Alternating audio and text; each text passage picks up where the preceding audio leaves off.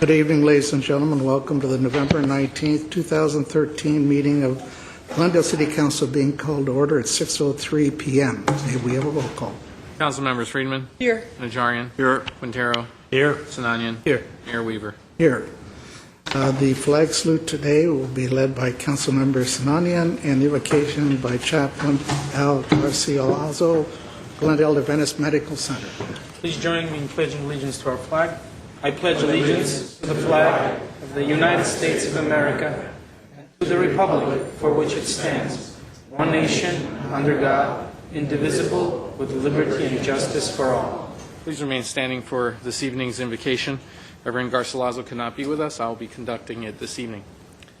These last few weeks have brought much tragedy upon so many.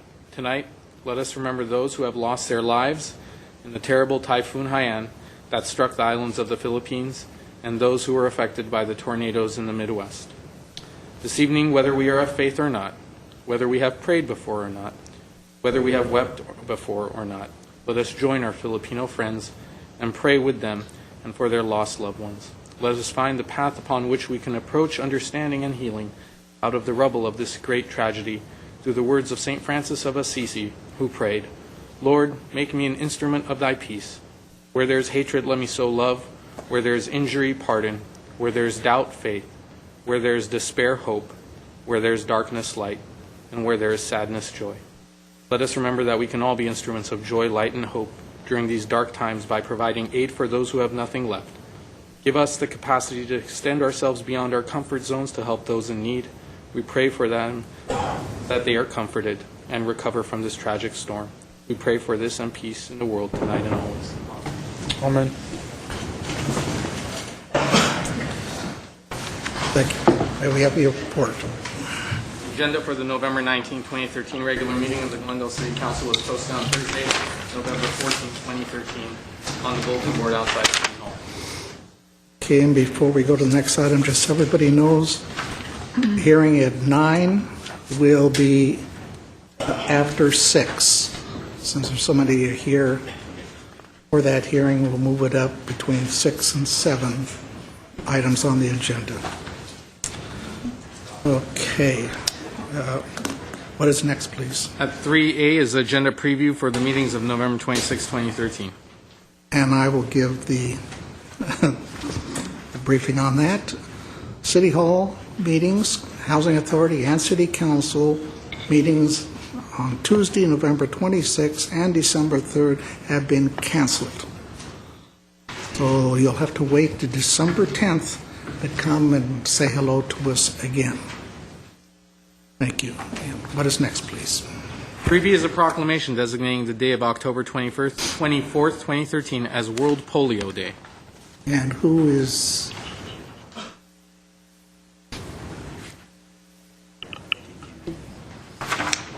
Okay, now wait till I read this. Okay? Good, thank you. Whereas Rotary International, founded on February 13th, 1905 in Chicago, Illinois, is the world's first and one of the largest nonprofit service organizations. The Rotary Service Above All Self motto encourages high ethical standards and promotes goodwill and peace in the world. And whereas Rotary in 1985 launched Polio Plus and spearheaded the global polio eradication initiative with the World Health Organization's U.S. Center for Disease Control and Prevention and UNICEF to immunize the children of the world against polio. And whereas polio cases have dropped by 99% since 1988, and the world stands on the threshold of eradicating the disease.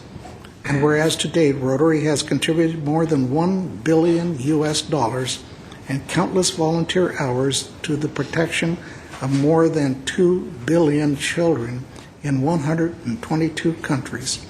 And whereas Rotary and the Bill and Melinda Gates Foundation, Mr. Gates, have extended their existing fundraiser partnership that could generate up to $525 million in new money for polio eradication.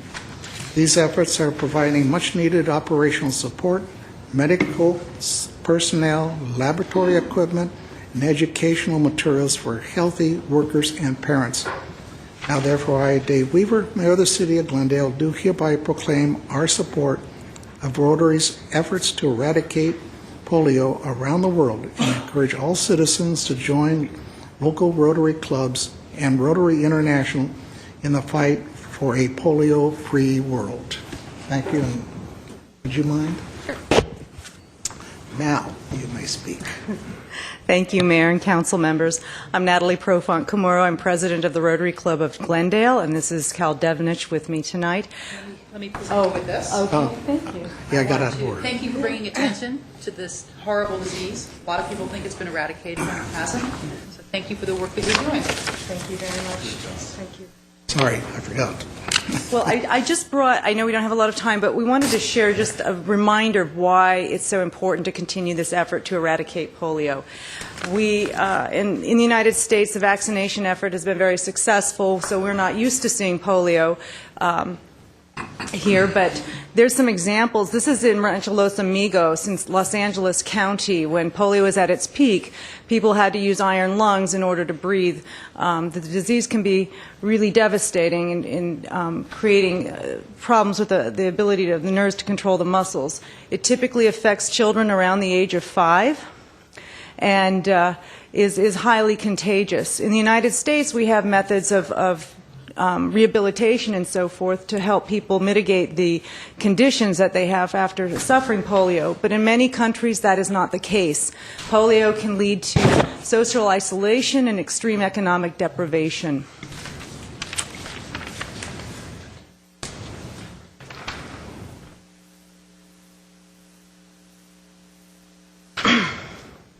According to the Global Polio Eradication Initiative, 1 in 200 infections of polio lead to irreversible paralysis, usually in the limbs.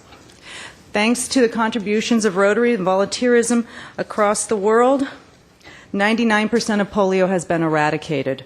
When this effort started in 1988, there were 350,000 new cases of polio globally. By 2011, that case number fell to 650. Having come this far, we can't let up. Last week, 13 new cases of polio were found in Syria. Pakistan continues to see an increase in cases in 2013 over 2012. And if we allow this to continue, the disease will continue to spread. If you or your viewers would like to know more about this effort to end polio, they can get more information at endpolio.org. Thank you very much. We really appreciate your support. Thank you, John, for having this day. Thank you. There was a special I watched a couple weeks ago on, I don't know, it was Discovery Channel or one of them, on the eradication of polio. A large part was paid by the Gates Foundation. He's dedicated a lot of time to it, so what you're doing is great. It'll be nice when it's totally eradicated. Thank you. And I have one other item that I'll add in at this point. Many of you know I'm married to a Filipina, and what has happened in her home country, the Philippines, has been absolutely devastating. I don't know if they'll ever know how many people perished in that event. But Betty Porto at Porto's Bakery called my wife and said, how can I get the word out to the vast majority of people? I know so many groups and individuals in this country are giving money for the relief efforts over there. And Betty Porto said that, I think I have a sheet to put up, there it is. They're going to donate 20% of their sales from all the 3 Porto's bakery shops, 20% off the sales from regular-sized cheese rolls to the American Red Cross. Betty Porto wanted to make sure that the word got out to the widest dissemination. So if any of you want to help, you can go fill your stomach and buy a lot of cheese rolls, pass them out to people. So thank you very much for considering helping. Okay, what is next? Next is City Council and staff comments. Ms. Friedman. Tonight, I would like to ask my colleagues to join our meeting in honor of Joseph Gatto, father of our Assembly member Gatto. Joseph Gatto was a 78-year-old Silver Lake resident who you may have heard was senselessly murdered in his home last week. Joseph Gatto was an artist, jewelry craftsman, teacher, and author. He retired in 2002 after more than 45 years as an art and design teacher who taught at both the primary and college levels, including Pierce College, California State University at Northridge, California State University of Los Angeles. He was also the founder and longtime chairman of the Visual Arts Department at the LA County High School for the Arts. And let me say that in my other life, I'm a vintage jewelry dealer, and I'm in a web group, an email ring of people from all over the world who deal in and collect modernist jewelry, artist jewelry. When Joseph Gatto was murdered, there were people from all around the world who heard the news and were talking about what a tragic loss this was, not just for him as a human being, but as an artist, because his jewelry design is celebrated the world over.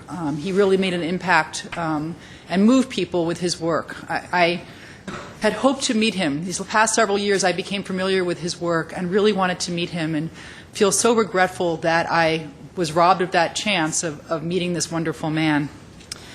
Funeral services for Joseph Gatto are set for next Monday at 10 a.m. at our Mother of Good Counsel Catholic Church, 2060 North Vermont Avenue in Los Feliz. To that ceremony, the public is invited. I'd like to say to the Gatto family that I would have loved to be there, but I'll be in New York City. Otherwise, I would have been there, but I will be with them in spirit, as I think all of Glendale will be. In lieu of flowers, the Gatto family requests donations be sent to one of Joseph Gatto's 3 favorite charities. And I'm going to list the 3 charities, and they're listed up on your screen as well. And if anybody wants to send a donation and can't read their TV screen, I think this will be in the newspaper, and if not, they can contact the city and we'll get the information to them. The first is the Historic Italian Hall Foundation, 125 Paseo de la Plaza, Suite 400, Los Angeles, California, 90012. Their phone number is, so yes, get your pencils, 213-485-8432. The second charity is the Los Angeles Community Garden Council, 4470 West Sunset Boulevard, number 381, Los Angeles, 90027. Their number is 323-942-WORM. What a coincidence. They got that number. And then the last one is the Tuition Magician, Attention Joe Gatto Arts Scholarship, 4470 West Sunset Boulevard, number 378, Los Angeles, 90027. Our thoughts and prayers go out to Assemblyman Gatto and his family during this very difficult time. I hope that justice will be served and they will find the perpetrator of this terrible act. I know the Gattos were very, very close to Joseph, and my heart goes out to them. Thank you very much, Mr. Mayor. Thank you. He was first, Mr. Sinani, and then Mr. Thank you, Mr. Mayor. I'd like to express my condolences to all those in Philippines who lost loved ones. I think it was very important that today we talked about our sympathy and commiseration with fellow Filipino Americans who live in Glendale and outside, and make sure that they understand that in their time of need they don't stand alone, and they have our support and our prayers are with them. Also, I'd like to express my condolences to the family of Assemblymember Mike Gatto. Terrible occurrence, and hopefully those that are responsible are brought to justice. Last week on November 13th, the Glendale Human Relations Coalition held its, I don't want to say first, but first in a long time, interfaith potluck dinner. And when I say interfaith, don't think of it as only involving people of faith. We had atheists also present, which was a very well attended, very well organized event. I want to thank a few people for spearheading. First Sharon Wiseman, who's here. Hi, Sharon, for proposing the idea. I thought it was a great idea. And then Lenore Solis for a lot of the heavy lifting in putting the event together. Father Dominic for making the venue available, which was the Church of Incarnation in Glendale. And all those that attended. We had a very nice evening where people sat and talked about issues in Glendale and about their faith. and what's important in their lives. And you'd be shocked, just about in everyone's life, the core issues are the same and core things are important. So I encourage everyone to keep track of the activities of the Glendale Human Relations Coalition and participate in future events, and I promise you there will be future events coming in the near future. Well, this wasn't last week, the week before last week, November 7th, GYA, Glendale Youth Alliance, held its fundraiser/art exhibit at Forest Lawn. I know Frank Quintero was there, and I was there, and I think, yeah, Councilman Friedman was there. She may have left a little earlier than when we arrived. And it was a great event. To be honest, I was somewhat apprehensive about the venue, but I was shocked at what a conducive venue it was for an art exhibit.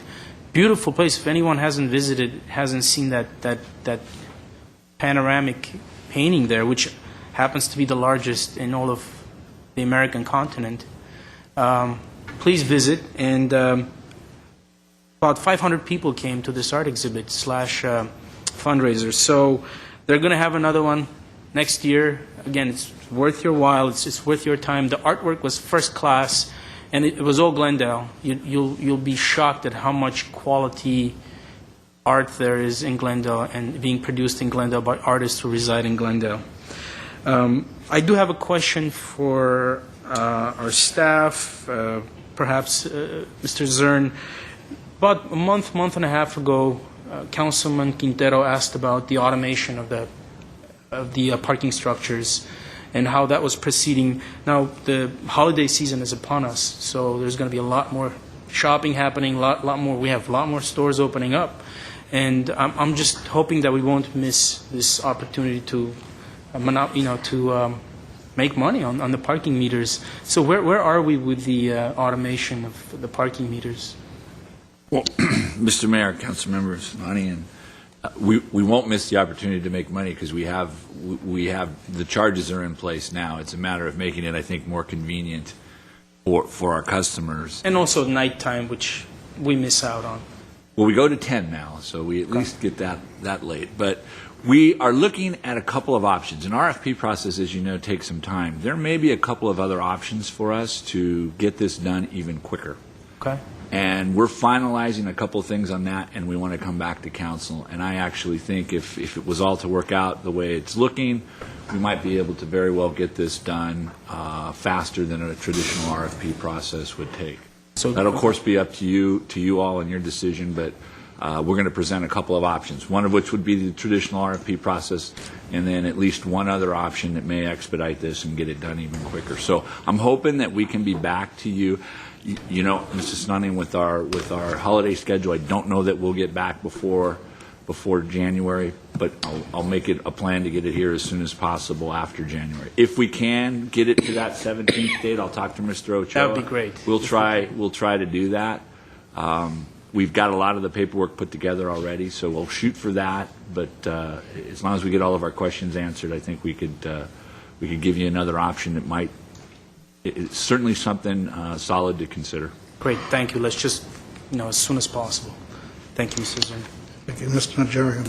Thank you. Again, my condolences as well to the Gatto family and the victims of the hurricane in the Philippines. There was something I saw today on Brand Boulevard that upset me very much, and that was at the corner of Brand and Wilson, from which ground is rising one of the Holland Partners mega projects that this council has given rights to build. They're building on the Joanne Fabrics, and we gave them a 17-year right to build at the corner of Central and Wilson. So what I saw that upset me was workers who were protesting unfair labor practices by the Holland Partners company. To me, that is absolutely not acceptable. When this city has, in my opinion, bent over backwards to accommodate Holland Partners in their design and their density and their developments, I stand with those laborers, and I would like the city staff to come back with a report to tell me exactly what is going on. I will not tolerate this. At this project, presumably the next project at Joanne and the next one after that, this has to stop. They're right on brand, And if they are being treated with unfairly, I'd like to hear from them through a staff report and find out what we can do to solve the problems there. Thank you. Thank you. I should add one more thing. Since we're going to be back dark through December the 3rd, we have a tree lighting on the 4th. Yes, sir. Does somebody on staff want to mention it to the public? I think Mr. Duran was going to. When?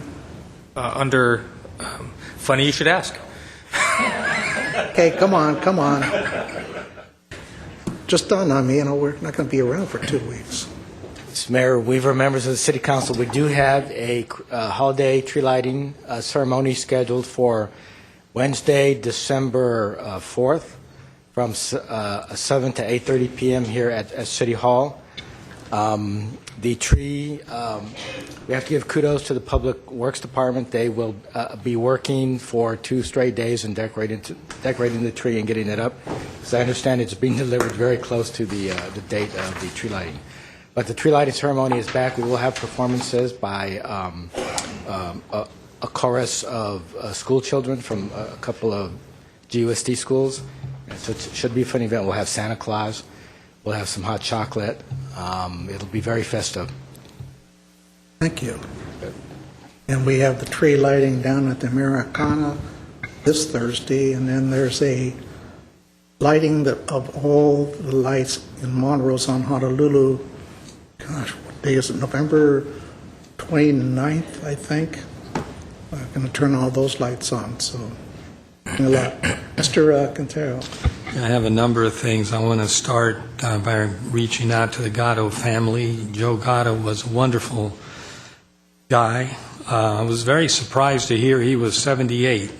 The spirit that he had and the energy, he was truly an educator. He kind of reminded me more of a coach rather than an art instructor, but he was a wonderful guy, and hopefully that will be solved. And very sorry for his children and grandchildren. We had a joint meeting of the Burbank Airport Commission, Bob Hope Airport, and the Burbank City Council. The joint meeting had to do with the EIR, with putting together an EIR for a proposed new terminal and the adjoining B6 property which would be developed. And it did pass both the commission and the city council. We also had the Mona groundbreaking, which is going to be a wonderful building. I think the Museum of Neon Art, that nonprofit, will do a good job occupying the building, bringing more life to that part of Brand Boulevard. It's also good linkage to the Central Park and to the library itself. But the building itself is going to be phenomenal.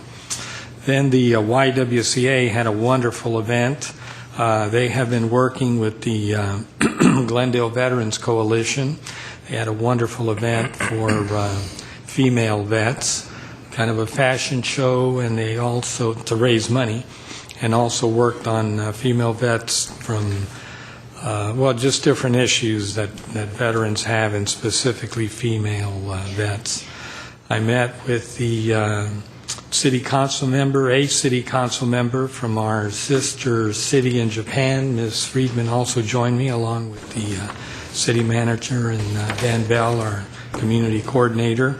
We had what I guess in diplomatic terms they call a frank discussion, and we did reach a couple of points of mutual interest, and hopefully we're going to begin to work closely with our Japanese sister city. We had a close relationship for many years, but it kind of has faded. And then last but not least, I went to a event at USC, a veterans event. I was the keynote speaker for their Veterans Center there. I received countless gifts, which I was going to show the public, but then I thought I didn't want to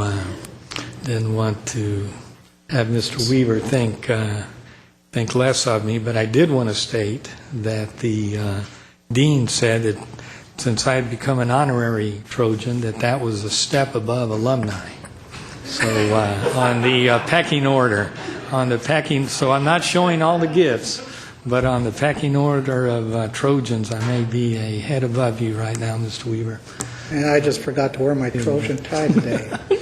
You wore it yesterday, and I was thinking, boy, I hope he doesn't Oh, a wear it tomorrow. UCLA jacket, I mean, a USC jacket, and then at the Airport Commission wore Trojan ties. Yeah, it was a good event. They have lots of recently returned vets that are working, or rather going to school there, receiving their GI Bill. They're doing a lot in the veterans community in addition to just that vet center, so I was very happy to attend the event. Very good. If that's it, let's go on to the next item.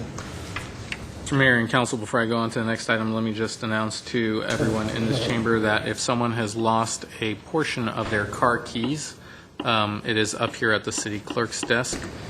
You can come up and see my assistant, and we will furnish it to you. Thank you. Next. Next item is consent items, including minutes. The following are routine and may be acted upon by one motion. Any member of the council or audience requesting separate consideration may do so by making such request before a motion is proposed. And I'll roll cards. move the consent calendar. Second? Roll call. Council members: Friedman, Yes. Najarian, Yes. Quintero, Yes. Sinanian, Yes. Mayor Weaver. All right, next, please. Next item, as listed on the agenda, is oral communications. However, as is the practice, we will now hear from 3-minute community event announcements. We found the owner, by the way, of the missing keys. Everyone can stop searching their pockets and jiggling their keys. Next, this is a portion reserved for 3-minute community event announcements. We will revisit the full 5-minute portion at the conclusion of the city business as listed on the agenda. Okay, or say it, remember after this is going to be the hearing of 9. So if anybody plans on speaking, turn your cards in now. I want to see how many I have on that item. So first speaker, Lieutenant Joshua Sneed.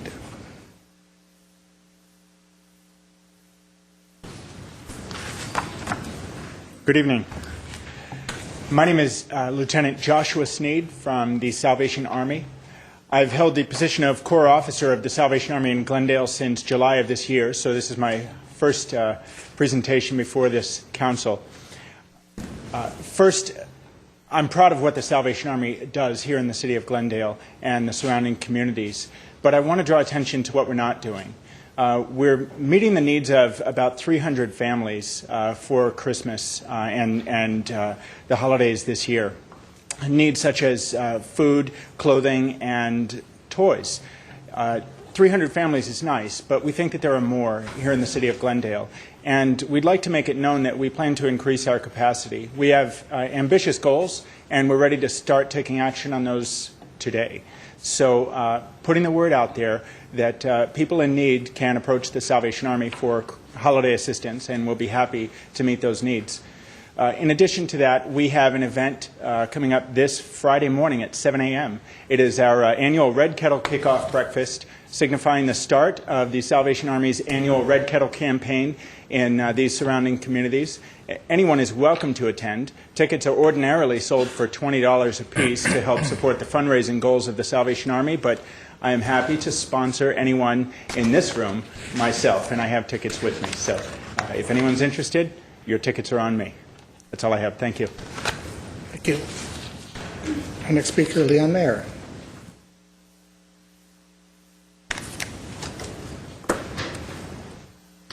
Good evening, Mayor Weaver, members of the council and staff. My name is Leon Mayer, and I'm here on behalf of the Friends of the Library and the library. And last Wednesday, we had Ryan Fagan, internationally known professor, anthropologist, who talked about the attacking ocean. And appropriately, he did make some mention of the hurricane, the typhoon in the Philippines, and we were able to invite Edith Fuentes from the Philippine community to say a few words at the meeting. Tomorrow night, not tomorrow night, next Monday, we're going to turn for a second during our terrible times here to hear the most famous comedy writer in the United States. His name is David Mish, and the book he's going to talk about is the history of Ha. And David Mish is the founder of Saturday Night Live, and Morgan, and Modern Family. Every famous comedy that's really had staying power in this country, David Mish was probably one of the authors. And he's written a previous book, but the history of Ha is going to be his book. And perhaps we all need a little laugh with everything else going on. So you're welcome to come next Monday night, 7 o'clock, at the Glendale Library. Parking is validated. No admission charge, of course. Thank you very much. Thank you. Okay. Now, the next topic, which is 9A. Let's see. Read that into the record. Mr. Mayor and Council, at 9A, we have a hearing. 9A is Director of Community Development. Proposed amendments to Titles 2, 5, 16, and 30 of the Glendale Municipal Code 1995, the DSP related to streamlining of planning entitlements in order to increase consistency, clarity, and quality in Glendale's planning and neighborhood services application review and regulation process, and adoption of new fees associated with the amendments. Ordinance for introduction amending text in the Glendale Municipal Code at 1A, and 2 is A2, ordinance for introduction amending text in the DSP, and A3 is resolution establishing, amending, and deleting fees related to streamlining planning entitlements. Just some homework so people know what's going to happen. After the presentation, based on almost unanimous support for this streamlining, and because of the almost a year work on it with a large task force, all the input was given. I have been told, or at least that most of the people here, this item, support the streamlining process. So I'm going to allow 1 minute for you to come up and tell us whether you like it or you don't like it. Okay, Mr. Ochoa.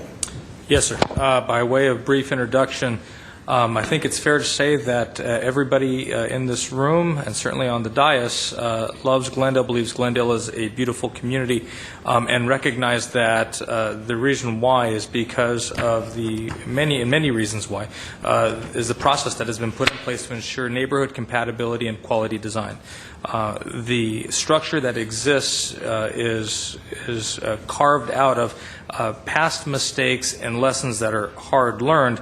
But in learning those lessons and ensuring that the past mistakes are indeed things of the past, we have created a rather complex and robust and very sophisticated system that at this point, given the new structures within the department, the culture of the organization, and the expectations of the community and the level of engagement of the community, that the time has come for us to look at our systems and evaluate those systems and see if they're working for everybody from the standpoint of clarity, consistency, and quality. The idea that a open, transparent, and engaging process is not mutually exclusive from a entitlement review process that is predictable for the business person and the homeowner alike in terms of what they're trying to achieve with their property, and they're too balanced by the need to make sure that our neighborhoods are indeed protected and that improvements are indeed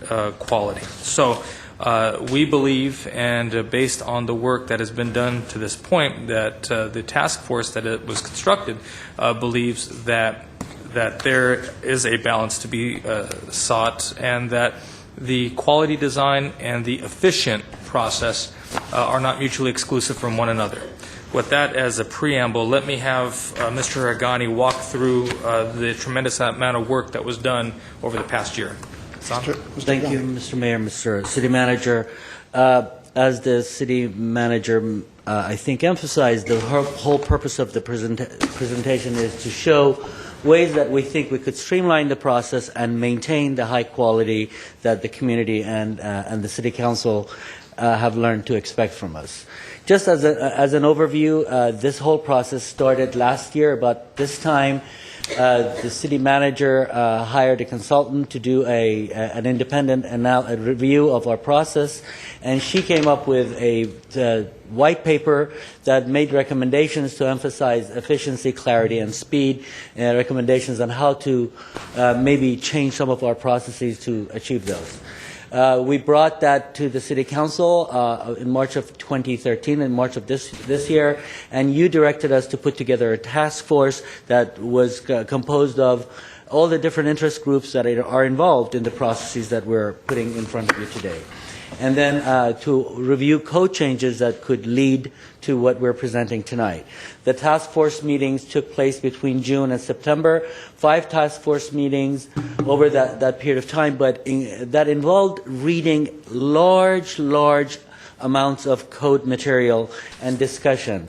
The task force really put a yeoman's job into discussing this. They brought all of their ideas and interests in this, and then we came up with a recommendation that we took to the Planning Commission. In October, the Planning Commission recommended that you adopt the changes, and then also with direction to staff that if we notice that there's a pattern, that we codify the pattern after we review this. And what we're bringing before you today is these topics. And Mr. Mayor, if I may, I'd like to make a request that the questions be held up until the end of the presentation. I have an abbreviated presentation of all the topics. This is a much shorter version, and if the questions warrant, we can get into more depth after my presentation. Well, that's good, because we've been out of iterations on this, so yeah, that's fine. So the items that will be discussed tonight are business registration certificate to replace the zoning use certificate, administrative use permits, administrative design review for certain types of design review, transfer of hillside grading review from the planning hearing officer to the DRB, and altering nonconformities, ways to allow nonconformities to be altered, and administrative exceptions for parking. The first item, which raised a lot of discussion, especially on the side of the business, was the business registration certificate. As we discussed it during last year's budget, this is a proposal to replace the existing zoning use certificate that every business in Glendale is required to do with a business registration certificate. And the businesses that already have a zoning use certificate will be actually given credit for that. The difference is that with the introduction of the business registration certificate, we would have an annual renewal of this so that we can keep track of all the businesses that are coming in and going out. And the first-time registration fee, the way that is in the fee resolution right now, is $198. The annual renewal fee would be 25% of that fee, and that would be on an ongoing basis, on an annual basis. Let me see. This really helps us keep track of the businesses, as I mentioned, and then it also helps us prepare every time a tenant replaces another tenant. If there are any issues to be dealt with at the existing tenant space, we can deal with that before the new tenant inherits it. The second item that we have in your packet is the administrative use permit. This is a permit that we're proposing to replace some of the conditional use permits that we do today. We have learned that many of the routine conditional use permits that typically require a hearing are not attracting any interest. They are not controversial, and then we have hearings with no interest and no controversy, and then we approve them, and there's no controversy afterwards.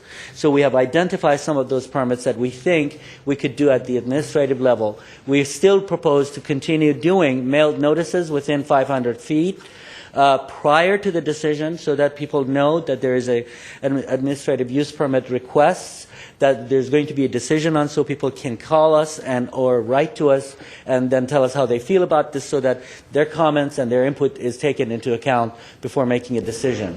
The sign that's posted on site will still continue to be posted on site prior to the decision being rendered. The administrative use permits that we think we're going to be will be applicable in this package. mostly are alcohol sales in restaurants and fast food restaurants, allowing fast food restaurants a lot of times, and daycare centers and congregate care facilities. These are the uses that we think will be very good candidates for administrative use permits instead of conditional use permits requiring the hearings that we do today. The next item is, this item took a lot of discussion, a lot of input from the advisory committee, and this is regarding design review thresholds. As the city manager said, we've been through a lot of iterations of the design review process, and over the last 10 years in particular, we have tightened the design review process, and we have added design guidelines and a whole design studio staff to our staff to aid with the design review process. And that has given us tremendous amount of culture and review processes that were not in place that we think we can still do administratively without sacrificing design. What we're saying, what we're proposing today is that all new buildings, all single-family homes, and all non-single-family homes that are brand new would still go to the design review board if they're not coming to the council based on the other, based on the downtown specific plan or the San Fernando Road corridor. But for additions and alterations to existing buildings, we are proposing that staff be allowed to review those applications. And at the same time, even if there are only additions or alterations to existing buildings, if staff believes that the item is significant enough or could be controversial enough that would warrant having a public review by the design review board, we are actually asking that you allow staff to still be able to kick those up directly to the design review board if it's warranted. So only alterations and additions that we think we can do without controversy or that would not warrant having a public review. And then on design review exemptions, right now we have exemptions of 200 square feet in front of the house or 700 square feet behind the house that may be exempted from design review if they meet certain criteria. We're not proposing to change that at all. We're proposing to keep that in place. Then other design review thresholds are that every multifamily the project that's 6 units or less could be reviewed by staff, or every commercial or industrial space that's 10,000 square feet or less could be reviewed by staff. The second one is consistent with what we have in place right now in the San Fernando Road corridor and the downtown specific plan. We have projects that are under 10,000 square feet that staff has reviewed and have been approved in the past. The administrative design review also for 1 to 6 new multifamily units or between 500 and 1 up to 10,000 square feet of commercial and industrial space would be done by staff. Anything above that would be done by the design review board. Like single-family homes, in these cases, if we think a case is controversial or warrants discussion at a public hearing and the public interest would be beyond what would be warranted by staff, we will always reserve the right to kick it up to the design review board. And then, again, no changes to the exemptions up to 500 square feet of addition to multifamily, commercial, or industrial space. That will stay in place as it is today. Then the whole item of, what happened here? Who's this? Lost it. Wait a second, just don't. Okay. Then we had, again, a series of discussions on the hillside conditional use permits. The current process, in addition to the design review board review, requires the new projects that are in lots of 80 feet or less, or slopes that exceed 50%, or move more than 1,500 cubic yards of earth to have a conditional use permit on the hillsides. This was put in place at the time that we did not have the design review process with all the different checks and balances that we have today. And this helped a great deal in kind of understanding hillside development at the time.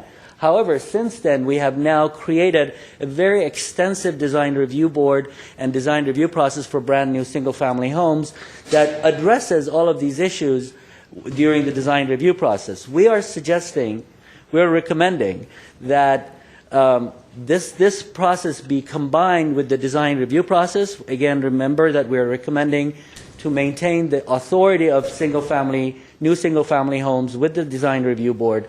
And instead of having a conditional use permit hearing by a hearing officer followed by a Design Review Board hearing on the design, we're saying combine the two, and the staff will still analyze all aspects, including grading and earth removal and everything else that we would cover under the CUP, and the Design Review Board will be authorized to put conditions that would apply to that and to the design as they do today. Right now, the issues that we have is that sometimes we have to go to the hearing officer, and if there is an appeal, we have to wait to have the Planning Commission hear the appeal before we can even go to the Design Review Board. And oftentimes the Design Review Board feels that their hands are tied by the decisions that have already been made by another authority. Combining the two will make this a much more transparent all the way around hearing at the Design Review hearing. New hillside single-family homes. So, as I said, we will transfer the review from CUP and hearing officer to the Design Review Board. And still, all the plans will be reviewed by other departments. All the comments will be submitted, and the same conditions that we submit today will still be submitted to the Design Review Board to include in their decision making. We are not recommending to continue doing any kind of special review for lots less than 80 feet wide, because that has really not been the subject of any of our CUPs. The CUP has always focused on things that are really design related. So, and there are a few miscellaneous items that came out of the white paper, and we're recommending to make some changes. One, the Environmental Planning Board is something that is in the code, requires that a board consisting of me and the city attorney and Mr. Zern review every environmental impact report that is prepared by a consultant that's been hired by the city in a public hearing.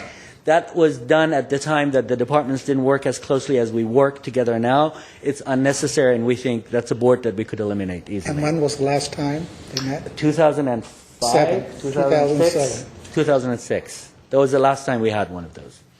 And then we think, again, new condos and subdivision staff review for 6 units or less. And then we're also recommending to put back administrative parking exceptions in the downtown specific plan to go along with the San Fernando Road corridor. The administrative parking exception was a tool we had in place when we had the redevelopment agency. And that helped us review recycling buildings for when the new tenants were coming in, the use was being changed. And if we could make certain findings, the new tenants that with the change of use we could make adjustments to the parking requirement if warranted, and then allow them to recycle. When a few years back we introduced several other tools in addition to the administrative parking exception, including parking use permits and parking reduction permits. And a few years back we removed this process from the downtown specific plan, but we didn't remove it from the San Fernando Road corridor. Over time, over the last 3 years, we've learned that it was a very useful tool in the downtown specific plan for existing buildings, and we're asking to put that back in place just in the same way that we use it in the San Fernando Road corridor. So we're asking to put that back in the process and allow administrative exceptions for parking. And then other miscellaneous items that we are asking to change, that right now in non-conforming structures, if a non-conforming structure is damaged and needs to be replaced, we require the applicants to build it exactly as it was. It doesn't matter if it was built in the 50s or the 60s or the 40s and the 20s.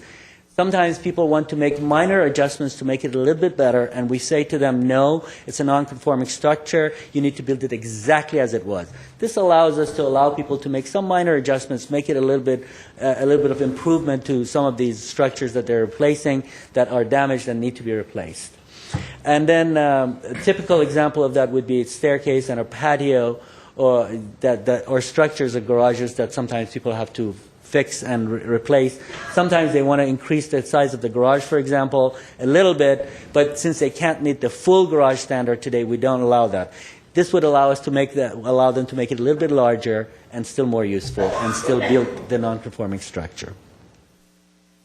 This other miscellaneous item that we're proposing right now, planning staff, under the supervision of the director and the deputy director, has the authority to to allow minor variations for numeric standards of all numeric standards except for FAR, up to 10%. We're proposing to allow us to have administrative exceptions up to 20% of numeric standards that will allow us a little bit more flexibility in working with people and requiring fewer variances. And we think by allowing us to have up to 20% when warranted, when the findings can be made, then we think we can not only reduce the number of the variances that are applied for, we think we can help the constituents in terms of all the existing buildings. We are a 100-year-old city, 100-plus-year-old city. We have a lot of properties that don't always meet today's standards. Setbacks are a big one that we come across, that people want to make an addition. All of a sudden, they need to meet today's setback standards. And this would allow us, if they fall within the 20%, to allow them to make additions without going through a rigorous variance process. By the way, we think we reviewed about 2 years of standard variances. We think about 1/3 of them would have been permitted, and all of them were granted. About 1/3 of them would have been permitted under the 20% variation, and the rest would still have to be applied, go through the variance process. So we feel very safe that this is not going to cause any new damage or any new controversy. Again, the topics that we covered tonight are transforming zoning use certificates to business registration certificate with an annual renewal process, administrative use permit for some conditional use permits today, administrative design review for single-family home remodels or additions, and for projects or commercial projects or industrial projects of 10,000 square feet or less, and hillside conditional use permits to be eliminated and the review to be combined with the design review, and then to allow minor alterations to non-conforming structures when they're being fixed and rebuilt, and condo conversions to be transferred to staff review. And this was part of the condo conversion that right now we send a letter to people to say, if you want a hearing, we can hold a hearing, and nobody ever calls for condo conversions. This allows us to do condo conversions at the staff level. Still, we do the noticing. And administrative exceptions, as I mentioned, up to 20% of numeric standards, all numeric standards except for FAR. We are also proposing to review this 15 months after the ordinance, if you adopt the ordinance, after the ordinance has been in effect. 15 months after that, we will come back with a review of see how it works and give you a report after that, and then additional reviews periodically per your direction after that. This concludes my presentation. If you have any questions, me or other staff members who have really put together the packet are here to answer those questions. Before or after this hearing, the public want to give comment? Yeah, there was one thing that I spoke to staff about earlier, which I thought was going to be in this package, and it wasn't. So I wanted to throw it out there for my colleagues and also for the public, because it's something that I would like to see when this comes back as an ordinance. So this is something a little bit new for the rest of the council, but I think very much in the spirit of this, and primarily in the spirit of helping our businesses. And I'll just give you an example of how this came to my attention. I had a friend who had a really cute little business in Kenneth Village. You may remember it. It was in the gas station, and it was a consignment shop. And she put some of her wares, flowers, and some tables to make it look nice in the parking in the front, because there was this empty space where the cars used to drive in to get fueled. Well, it turned out that that wasn't legal, because we don't allow outdoor displays of merchandise without a variance. So she went to the city to find out how she could be able to put some of the merchandise outside of her very, very small little shop, because otherwise she just had this big empty concrete area that wasn't attractive at all. And she was told that she'd have to get a variance, which cost $10,000.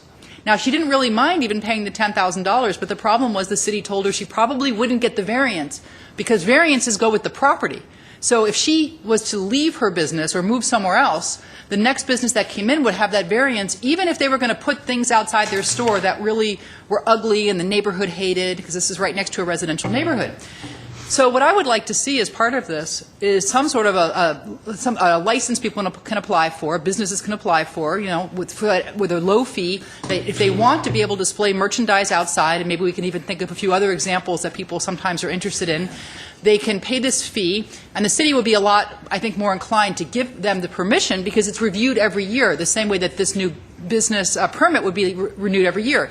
So rather than worry about what would happen in 5 or 10 years when she left, where they'd have to with a variance, now they could say, this looks good, give her the permit for the year for, I don't know, $50 or whatever it would be, $100, and then the following year it would be reviewed. So if it was something that people complained about, if it didn't look good, they could just say, you know what, it's not working, we're not going to renew the license, but if it did work, they could renew it.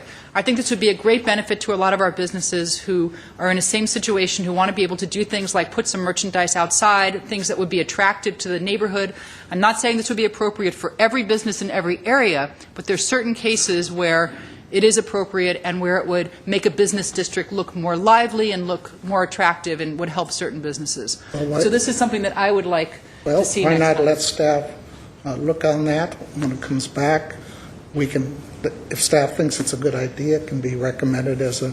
If I may respond, if it's the desire of the council, if you introduce the ordinances as we have proposed tonight, if you would like to amend that, we can add a section that allows outdoor display license that we could add that would be subject to the same fee, which is $198 currently the first time, and renewal fee of $50. That would be in addition to the actual business registration. This is for the activity of outdoor display, with some standards that we could condition that if that's the desire of the council, we could do that. Yeah, you can bring it back for our consideration. We could bring that back as part of the ordinance for your consideration. Okay. Question on that particular thing. So that's illegal now to put display out? Right now, outdoor display as such is The not... tire store can't put tires out? Trader Joe's can't put their There are exceptions. stuff out there? The big guys can, the little guys And So, There's Mr. Foy has the answer to that question. There is a limited list of things which can be displayed outdoors, like flowers, Christmas trees, and tires, for Right. example, yes. so this was something different? It What was was she a- displaying? It was a consignment store, so there was some flowers, but there were also, there was some little painted wooden furniture. No, not clothing, but it was very nicely done. I mean, it was very attractive. Often get that for antique stores, for example, or clothing consignment stores and places like that, and we don't allow them. So would that be an administrative exemption that you'd be talking about? No. Or how would that fit into? We would probably do an outdoor display business Permit? similar to the outdoor smoking permit that we came up with, permitted area, smoking area. So we would do the same thing with a fee of $198, the same fee as. So this would be in addition to the actual retail business registration fee. We would charge another fee to allow outdoor display that would be regulated by some of our standards. So you'll prepare a report so I can understand the nuances and... Can I what we interject don't here a little bit? Yes, Mr. Garcia. A couple of things. I've heard that issue raised previously before, but I guess my only concern is introducing it as part of this ordinance. If it gets introduced tonight, it's supposed to come back in a week or two, or a couple weeks after. It's just making sure that we have sufficient standards in there to guide it. And so I just want to, with the caveat that we have to look at it. And my other concern is that's in the zoning code, and we didn't notice that, and it didn't go to Planning Commission. So we have to make sure that we can do that as part of this ordinance or bring it Let's back. leave it at... I'm not in a rush. Okay. I want to be sure we do it right so that we do have standards and we don't open the door and create an environment we don't like. Let's leave it So- at that. Staff will handle it. Okay. We've said, look at it. If it takes a month or whatever, you all work it out, okay? Are there any other questions from staff? I could go to the public now. Now, anybody wants to speak yet, give you one more minute to turn in a card. I have 20 already. And everybody will get 1 minute. 1 minute only. We've heard from everybody. This is a public hearing. I'll open up the hearing. And I want to read, one of the members of the task force sent an email this afternoon which goes a long way towards what I believe 21. I want everybody to clearly listen to this, because I think it's true. Ordinances, like many laws, are imperfect. Some of the changes are not 100% agreed to by all participants, which realistically cannot be expected. They do, however, reflect a general consensus towards improvements to the codes implemented by city staff. As I've said before, laws are made to be changed, and we've come light years from the day I sat on here 17 years ago. Light years. Comments I have heard have been, I think, based mainly on fear that what might happen. Like the registration will turn into a business license tax. We're saying, no, that won't happen. So you've done a lot. Give us a chance. A lot of work has gone into this. So with that, we'll start going through the 21 speaker cards. Lisa Asmarian, followed by Havanesian, Hilda Havanesian, I guess. Yes. Good evening, Honorable Dave Beaver, Mayor of Glendale, and council members and city staff. My name is Elisa Asmarian. I am with the Armenian American Chamber of Commerce, Greater Los Angeles Chapter, and Central Board.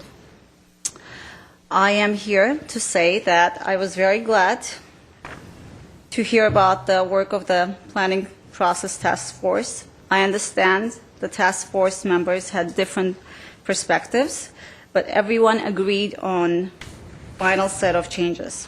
Also, we know that we will revisit the process in the near future and adjust it as needed. I support the streamlined ordinance, and so is the Board of Directors of the Armenian American Chamber of Commerce. And we have some board members and members that will speak for it. Thank you. Thank you. Next speaker is, I hope I'm Hilda Avanesian, I think it is. Did I get it right? Hilda. Okay, followed by Damon Wallace. Good evening. I am Hilda Avanesian, and I am a board member of the Armenian American Chamber of Commerce, and I, too, am in agreement with the decision of the streamlining ordinance. Thank you. Thank you for your brevity. Damon Wallace, followed by Ira Bland. Good evening. My name is Damon Wallace. I'm a member of the American Armenian Chamber of Commerce, and I agree with the streamlining ordinance as well. Well, thank you. And again, thanks for the brevity. Ira Bland, followed by Melissa Clark. Good evening, Mayor, Council, and staff. My name is Ira Bland. I'm the president of the Glendale Association of Realtors. We have very much appreciated the staff outreach on this issue, and our members, in fact, have participated in the task force. We have long been proponents of streamlining the permit process. We firmly believe that the modifications you are reviewing this evening provide an excellent balance between protecting neighborhood integrity and protecting private property rights.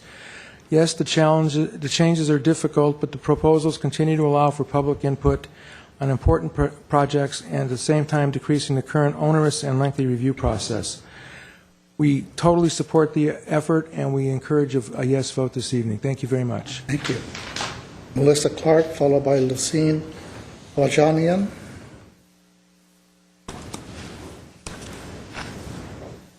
Good evening. My name is Melinda Clark. I'm with the Montrose Chamber of Commerce, and I'm their executive director. And I'm here on behalf of the Chamber of Commerce and the businesses in Montrose to tell you that we 100% absolutely support the streamlining process. I was a part of this task force, and I thought it was handled very well. In my opinion, your staff did a thorough job of presenting all the different aspects of this process. The meeting never progressed to a new topic until we had a consensus, and everybody was on the same page. It was never rushed. It was never pushed. If extra meetings were needed, we had extra meetings. If extra time to think over and process your thoughts was needed, we processed our thoughts. So I thought your staff handled this very well. They were generous with their time. They were generous with how they handled the meetings. They were very generous with everything that we did. And in my opinion, in the Chamber's opinion, that the city needs to do everything they can to streamline the process of permitting. We have a lot of difficult situations up in Montrose. Things take longer than needed. My other point is, as Ms. Friedman said, that we need to continue this conversation. There's more things than just that she talked about. So thank you very much. That was a fast 3 minutes. One other quick point. Please add staff. Was it wrong? Was it one? It's just 1 minute, unfortunately. Okay, that's it. Please add staff to this department. Thank you. Okay, Lucine Kalalajian, followed by Karen Arakelian. Trying. Go right ahead. Go ahead. Go. Oh, good evening. My name is Lucine Galajian, and I am a member of the Armenian American Chamber of Commerce, and I support the streamlining ordinance. Thank you so much. Thank you very much. Karen Arakelian, followed by Harat Manukian. Good evening. I'm also a member of Armenian American Chamber of Commerce, and I also support the ordinance. I think it's excellent for business owners and homeowners likewise. Thank you very much. Murat Manukian, followed by Judy Kendall. Murat, am I mispronouncing it? Here? Okay. He's not here? Chambers. Okay, one down. Judy Kendall, followed by Johnny Marion. Mayor Weaver, members of the council, Judy Kendall, representing the Glendale Chamber of Commerce. We'd like to commend city staff for its efforts in streamlining the planning permit process, and we appreciate the opportunity to participate in the task force. 3 of us participated. We want to reiterate our support of the municipal code amendments as presented to the Planning Commission on Wednesday, October 2nd. Except for the addition of Chapter 5.100, the creation of a business registration certificate in lieu of the zoning use certificate. First, the Chamber encourages all businesses to comply with all governmental regulations and certificates, one of which is the zoning use certificate. And the Chamber believes that replacing the one-time zoning use certificate with an annual BRC, or business registration certificate, is defined in the proposed new Chapter 5.100. A, unfairly burdens businesses that are in compliance with city requirements in order that the city search for businesses which are not compliant. Thank you. And B, economically Wait, burdens. time's up. Thank you. Very welcome. Okay, Johnny, I couldn't read it close. Johnny Harrison. That's okay, I've been called worse. Oh, no, the H looks like an N. You've got to be better Didn't get a printer. very good grade in English, so anyway. Johnny Harrison, President of the Brand Boulevard Cars and Vice President and General Manager of Lexus of Glendale. Amazing job of this task force. I will tell you, you've taken on multiple situations in the city, and this one does the same. Staff and task force should get a round of applause. Amazing. As you mentioned, Mayor, nobody is super thrilled with everything with it, but it works for the city, so applaud. I know I've only got a short time period. As Judy mentioned, the business certificate is a concern of the Brand Boulevard of Cars. We're in favor of it as long as the accountability side is there and it's open accountability. So it can be reviewed annually so we can make for sure that those actual dollars are going to where they're allocated towards and there's actually accountability for it, because we do need to know who's doing business in Glendale. We really need to know that. Yes, and we do. we're supporting of it, and thank you very much. Thank you. It sounds like the word is transparency. Yes, exactly. Got it. Now, Richard Espiritu, followed by Sam Manukian.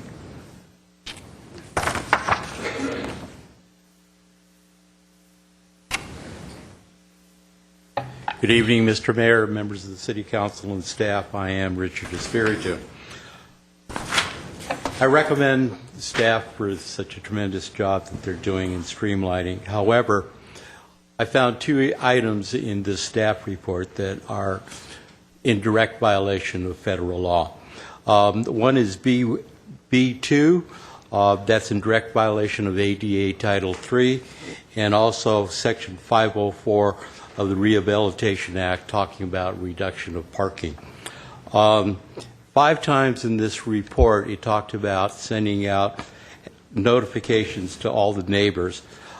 That's also in violation of the Fair Housing Act, and there's a Smith, Lee and Associate LLC versus Tyler, Michigan, the Sixth Circuit, and it cost the city approximately $50,000. And thank you for your time, Mr. Mayor. Thank you. Next speaker, Sam Manukian, followed by Myrna Stanley. Sam. Does not appear he's in the chamber. Oh, you had to leave? Okay. Myrna Stanley, followed by Michelle Nassessian.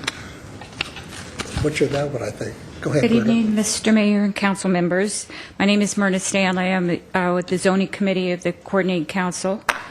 And I'm sure you received the letter from our president. I just want to make sure that you understand that while we support this proposed streamlining process, we're not running in there with pom-poms and hoorays at all. We do have a concern whether there's sufficient project vetting with the elimination of some of the public process.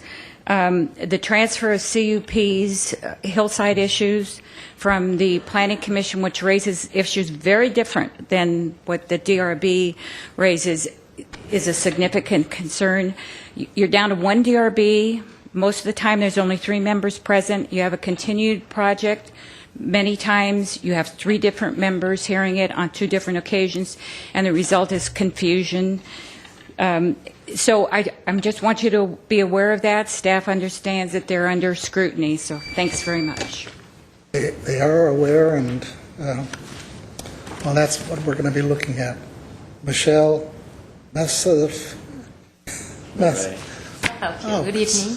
My name is Mireille Mesturgeon, and I'm a member of Armenian American Chamber of Commerce, and I do support the streamlining ordinance. So thank you, and hopefully you guys take into the consideration. Thank you. Thank you. You said that almost as short as me trying to pronounce your name.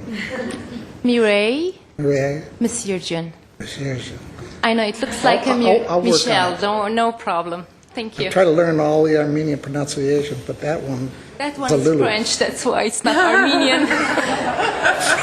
It's French? It's French, yes. That's why you're used to Armenian names, I understand. Yes, I'm brainwashed with Armenian. Okay, there is always first time, no problem. French. Thanks. You should have met the French students that were over at Hoover High School. A whole bunch came in from France. It's for cross-training. Okay, Grant Michaels, followed by Rick Barnes. I know I got those right.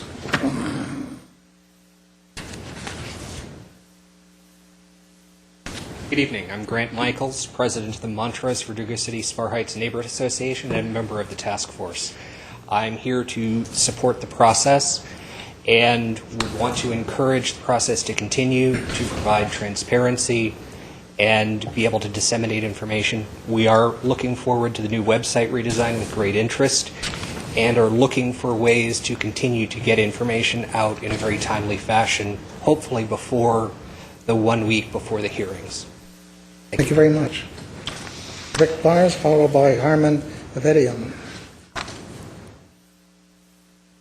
Good evening, Mayor, City Council, staff. I was also on that group of individuals looking at what was going on. Wanted to say it was not balanced. It was a lot of different opinions, and it worked very well, and especially with staff really helping us to see how we each reach middle grounds. So again, I'm happy that you are hoping you'll pass this. Thank you. Thank you. Next speaker, Armin Avidian, followed by Sako Marcusi.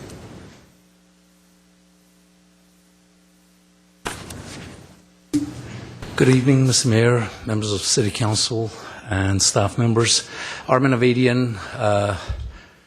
The disclosure is I am a real estate agent. However, I'm speaking as a 30-year citizen and a homeowner in the city of Glendale. I was lucky to be on the task force. We spent weeks and weeks going over everything. I went there with a lot of reservations. I was expecting the rumors of meeting tyrants who were running the city of Glendale in their own way. Mr. Hassan, no pun intended. But anyway, my eyes were opened. I was enlightened. Everything was extremely transparent, clear, methodical, and everything for the benefit of the owners and residents of city of Glendale. I would sincerely like to urge you to vote yes on this. The city of Glendale will benefit from it. Thank you. Thank you very much, Aram. Sako Marcusi, followed by Gerald Rankin. Good evening, Mr. Mayor and members of the City Council. My name is Sako Marcusi, a practicing architect here in the city of Glendale. I'm here to wholeheartedly support the streamlining process. A couple of items, though.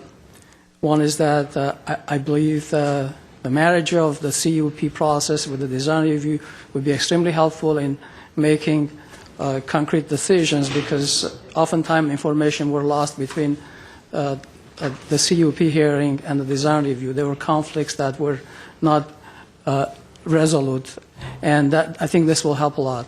The second item is that, being this a streamlining process, I have some concern about the administrative design review steps, 20 steps to do the administrative review. There's a lot of back and forth and repetitions, and I'd like if the City Council or staff has time to look into this, because I think this will probably make it a lot longer, the process. Thank you. Thank you. I'm sure staff will look at streamlining that process. Gerald Rankin, followed by Aram Olajania. Dave Weaver and City Council members, thank you for this opportunity. I'm Gerald Rankin. I am a member of the Glen Oaks Canyon Homeowners Association.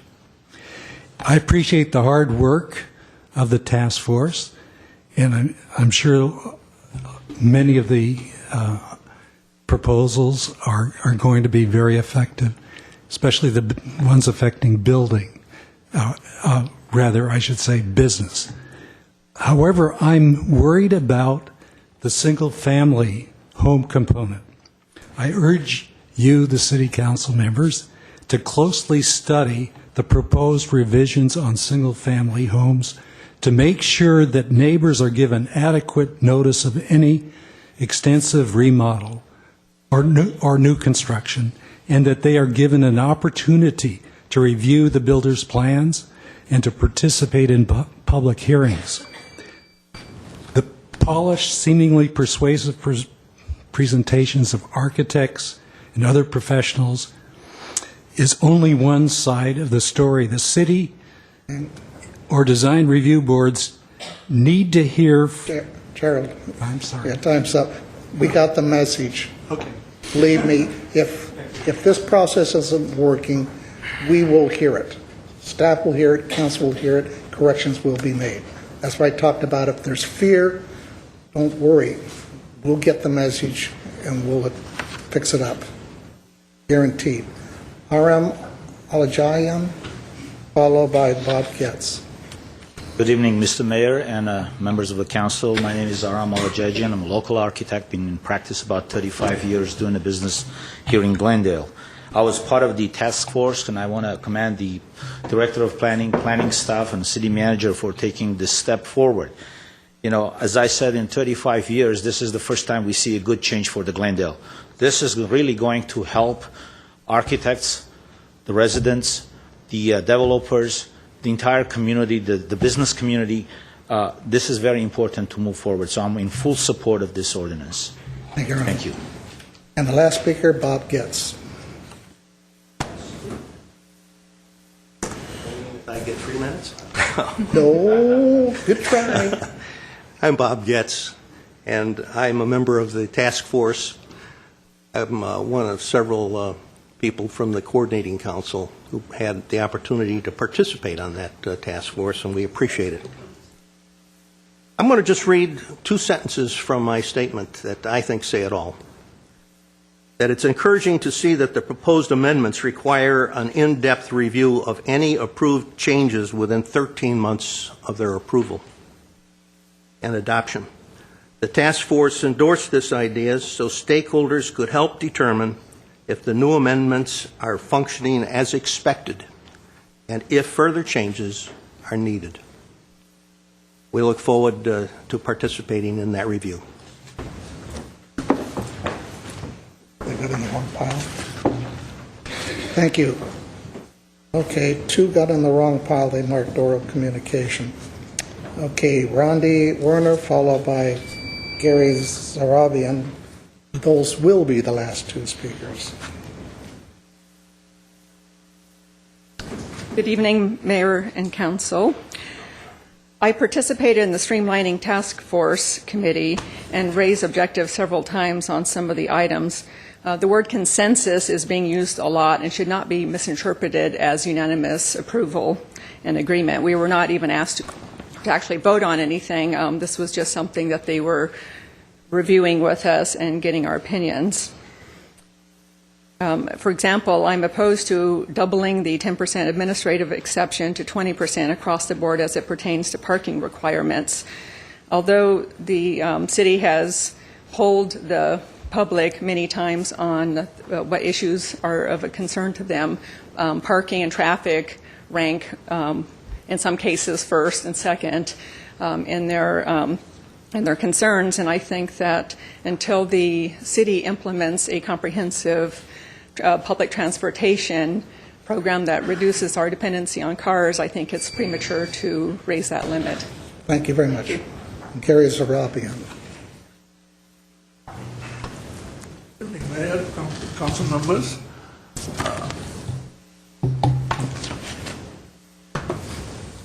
I got stuck.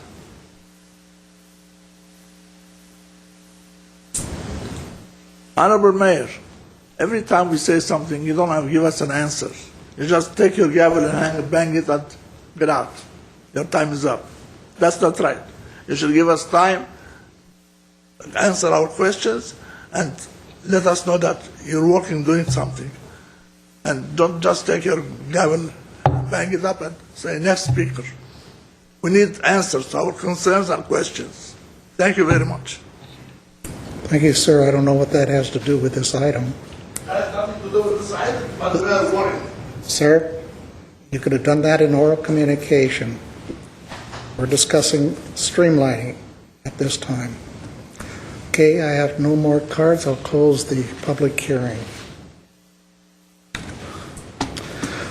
Okay, comments from colleagues. Mr. Najarian? Thank you. I'm in favor of most of the items that are put before us. However, I am strongly opposed to the business license tax that is being imposed at $50 per business, as opposed to having the ZUC, the ZUC. This is a $50 a year tax that every single business is going to have to pay. And it behooves me, I'm confused as to how all the Chamber of Commerce's, all these business owners come up and say they approve this thing. What is this $50 going to? It's going to staff that come and knock on your door, small business owner, every year to see what you're doing in your business, to see how many offices you have occupied, to see how many desks you have, and whether you're having a law practice or you're doing a mail order business. I think that is just wrong. I think the emphasis on this, if there's any violation of the zoning use, the best party to enforce that is the landlord. The landlord, at the outset, at the paragraph 1 or 2 of every commercial lease, it states clearly what the intended uses of the premises are. I highly resent, I have a law practice on brand. I'll be darned if I'm going to pay $50 a year, or it might even go more. It starts at $50. These taxes don't go down, they go up. To have someone come in, knock on my door, and count how many different lawyers I have in there and how many different computers I have, and am I practicing law, or is that box from Amazon on my desk part of a mail order business that they think I'm doing? I'm just, my hat's off to Planning Commission. You must have put a Jedi mind trick on these Chamber of Commerces to approve this thing. There's a few that are against it. This is wrong, folks, colleagues. This is wrong. Let's stick with the ZUC. When you open your business, you state what it is, and you pay the fee of $198, and you can keep that as long as you continue operating there. But this $50 a year inspection, we're paying for the inspectors to come in and inspect us, Mr. Small Business Owner, is just wrong. I can't live with that, and I hope folks really think about that and don't let this get caught up in all these other good ideas. There are good ideas that were presented today in this list of topics. Not to sell the planning department short, but this, I'm going to call it a business tax. People are saying, no, it's not a tax, it's a registration certificate. Basically, it's a tax on me to do business. And not only is it a tax, but that tax pays for the inspector to come knocking on my door and your door, whoever has a small business, to see what you're doing in your business. If there's problems, let it be complaint-driven, like we saw with the massage parlor in the Woodlands. Massage parlor went up, people started ringing the bells, contacting council. We went and we found out whether that type of use was permitted or not. If it was not permitted, there was action taken. If it was permitted, then planning staff worked with them on being a little more sensitive to the community. So I urge my colleagues, this is a mistake to go down this business tax road. That's what I'm calling it. You guys can call it something else. I don't know what happened to our Chamber of Commerces that are, well, sorry, Judy, not you, I know, but others who got caught up in the excitement of building consensus here. I'm going to draw the line here. I just cannot vote for that. I just don't think it's fair. I don't think it's a proper use of money, and I think it creates a bureaucracy of inspectors going around and inspecting all our businesses. What if you have a home business? Does that mean that someone gets to knock on someone's home and say, what are you doing here? Do you have a mail order, or is it a internet business, or what? So this is leading to all sorts of bad things. That's my first complaint. My second complaint, I'm not as adamant about, but I do think that the 20% of variance exception that we're giving as an administrative, the 20% deviation that we're giving as an administrative exception is just too much. 10% is very generous. You're talking about knocking, if 100 spaces are required, you're talking about knocking 10 spaces if the issue is parking. Let's keep it at 10%. Let's not go to 20%. The planning staff doesn't always see things the same way that the elected officials do. And in such a situation where a significant deviation is required, let the elected officials be the ones to make that call and not put it on planning staff. We're the ones who are elected by you folks. If we have concerns that there's not enough parking, it should be us making that decision, not a planning hearing officer who feels that, well, there's enough parking as is, there's a bus, or there's a transit, or there's biking and pedestrian walkways. So with the exception of those two items, the business tax and the administrative exceptions, I do support the planning process streamline. Who can answer that question? Because there's assertions that inspectors are going into people's businesses counting equipment. Is there anything in the ordinance that mentions that? No, there's not going to be any inspection of that. The renewal will be done automatically unless there's a change.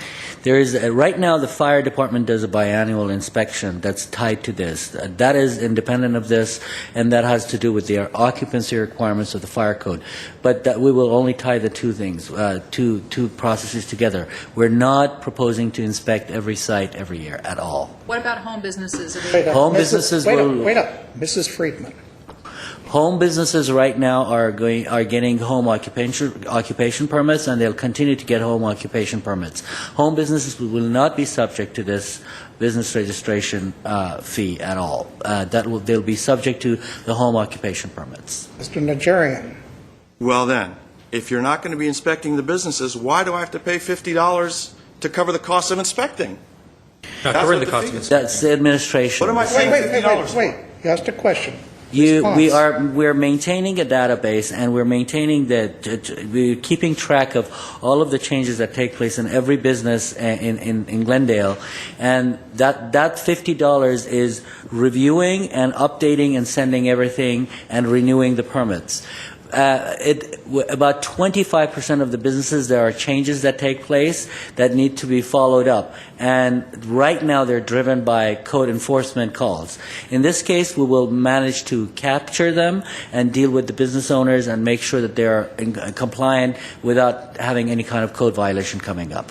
So the overall cost gets spread out in the renewal fee. When you say capture, Mr. you really Najarian. don't mean capture. We mean that we can pay attention to those as they're changing and notify the business owners that if they want to prevent themselves from having code violations, they can do X, Y, and Z.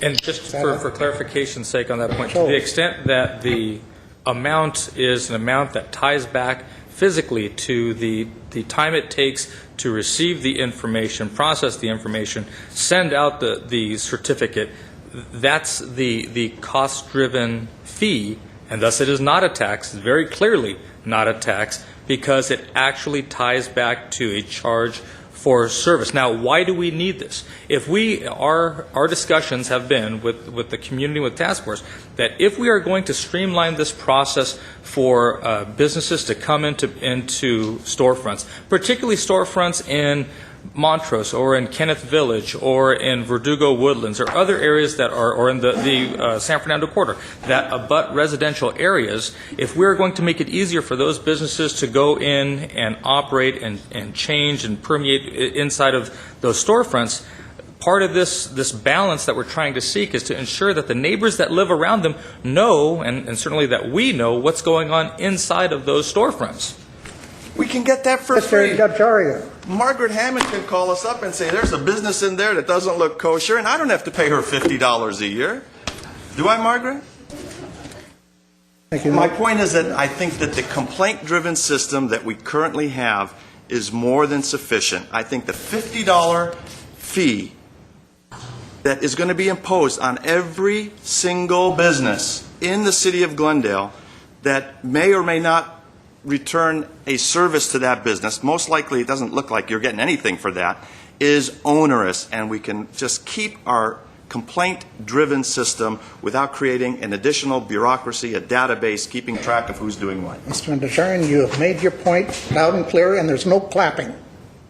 There's only one person Compare. clapping. This is the second time he's done it. Yeah, second time. Well, I can say this, that in this age of information, it is beyond me that in this city we have literally no idea. Through fire, I guess we have some idea, but we have no logical process to track what is going on. Likewise, how do we go about marketing this city? How do we go about marketing the very businesses in this city if we have no idea what's out here? Right. So I think a registration makes sense. I'm a past president of the Chamber of Commerce, and I am happy that they're mostly on board. So I think it makes sense to catalog and find out what's out there, and as a result, I think we can better invest our monies in economic development. Now, so I have a couple of other, look, for me, these are two separate issues that this task force was dealing with and that we're dealing with tonight.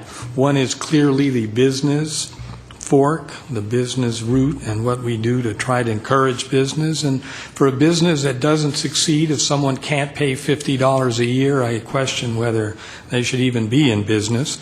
But then we have the other fork, and that's a residential fork. So starting with the business fork, I think a number of proposals make a lot of sense for people to be able to get the job done, even for real estate agents, commercial agents, to have some certainty, to have some understanding of what can go into a business and what can't, or if there is going to be a change of use, how to go about doing that quickly and moving on. So I'm generally in agreement with just about everything that's been proposed.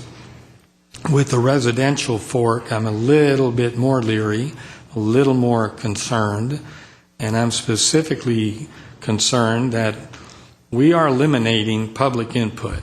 No matter how you put it, we are eliminating public input. Yeah, it's an extra hoop to do a CUP or to go straight to a DRB, but that is one of my questions, and that's something that weighs heavily on me, because there's no substitute for neighbors and homeowner associations to go to a public meeting that's been noticed and in person and verbally to give their opinions. It's one thing to send something, an email or even a phone call to a staff member or whoever's handling the residential issue, and another thing to show up in person. I've talked to Hassan, who I have the utmost confidence in, and also to the city manager.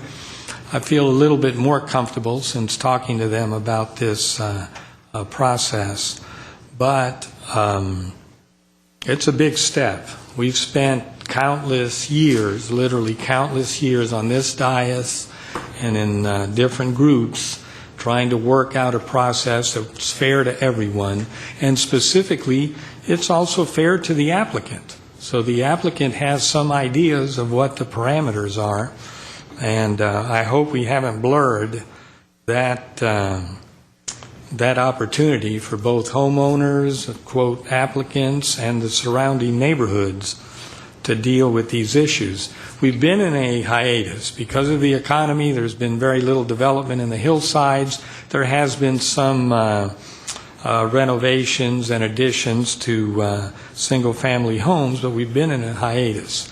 And I'm just worried, quite frankly, that in the future, when people have more money and more interest in building and so forth, that this process doesn't work. And so those are my comments for now. Ms. Friedman. I agree with Mr. Quintero that this is kind of two issues in a way, combined into one, the residential streamlining and then the business streamlining. Listening to Mr. Quintero, to Mr. Najarian, who's a great friend of mine, I couldn't help but think that he must think that the chambers are stupid, or that the businesses are stupid, or that they don't know what's going on, that after sitting on this task force for a year, that so many business people and so many chambers would come up and advocate for this, that the wool's been pulled over their eyes. And I don't believe that's the case. I think that the vast majority of the chambers and the businesses are for this because they know this is necessary. They know they're getting an improved process for their own businesses. And yes, there's a trade-off with the $50 a year, but they're getting a huge amount in return. And one of the biggest complaints that I get from businesses is about other businesses that are operating illegally. And right now it's very difficult for us to deal with that because we can't just not renew their license next year the way we would be able to under this process. We have to sort of go after them criminally or legally, and it takes years, and we've seen that play out badly with lawsuits and confusion. I think that this clarifies things. It'll be easier for the businesses. They do get a benefit. As Mr. Quintero said, we need to know who's there.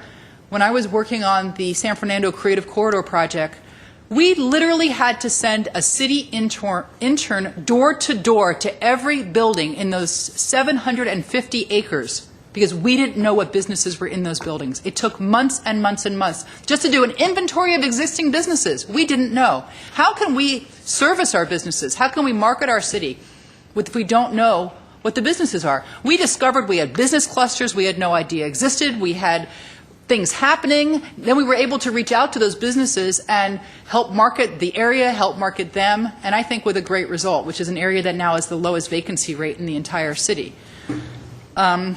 So I think the chambers are smart. I think that they were involved in this process. They understand what's happening. And as I understand it, the Glendale Chamber's issue is not so much the $50, is that they want to know where the money's going and they want to know that it's not going to start ballooning and increasing.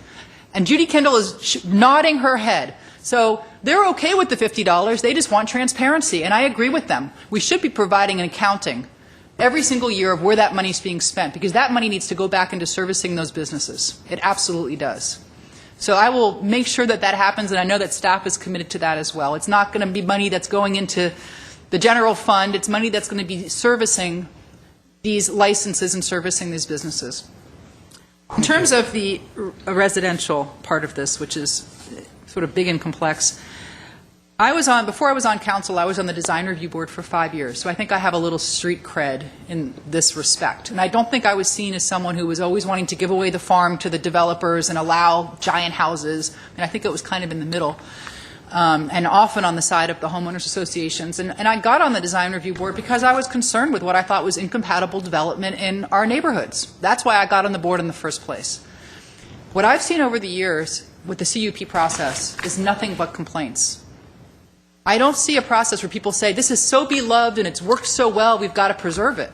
I understand the fear about losing another public hearing. It's kind of like I want another bite at the apple, but I don't see very many denials of those CUPs.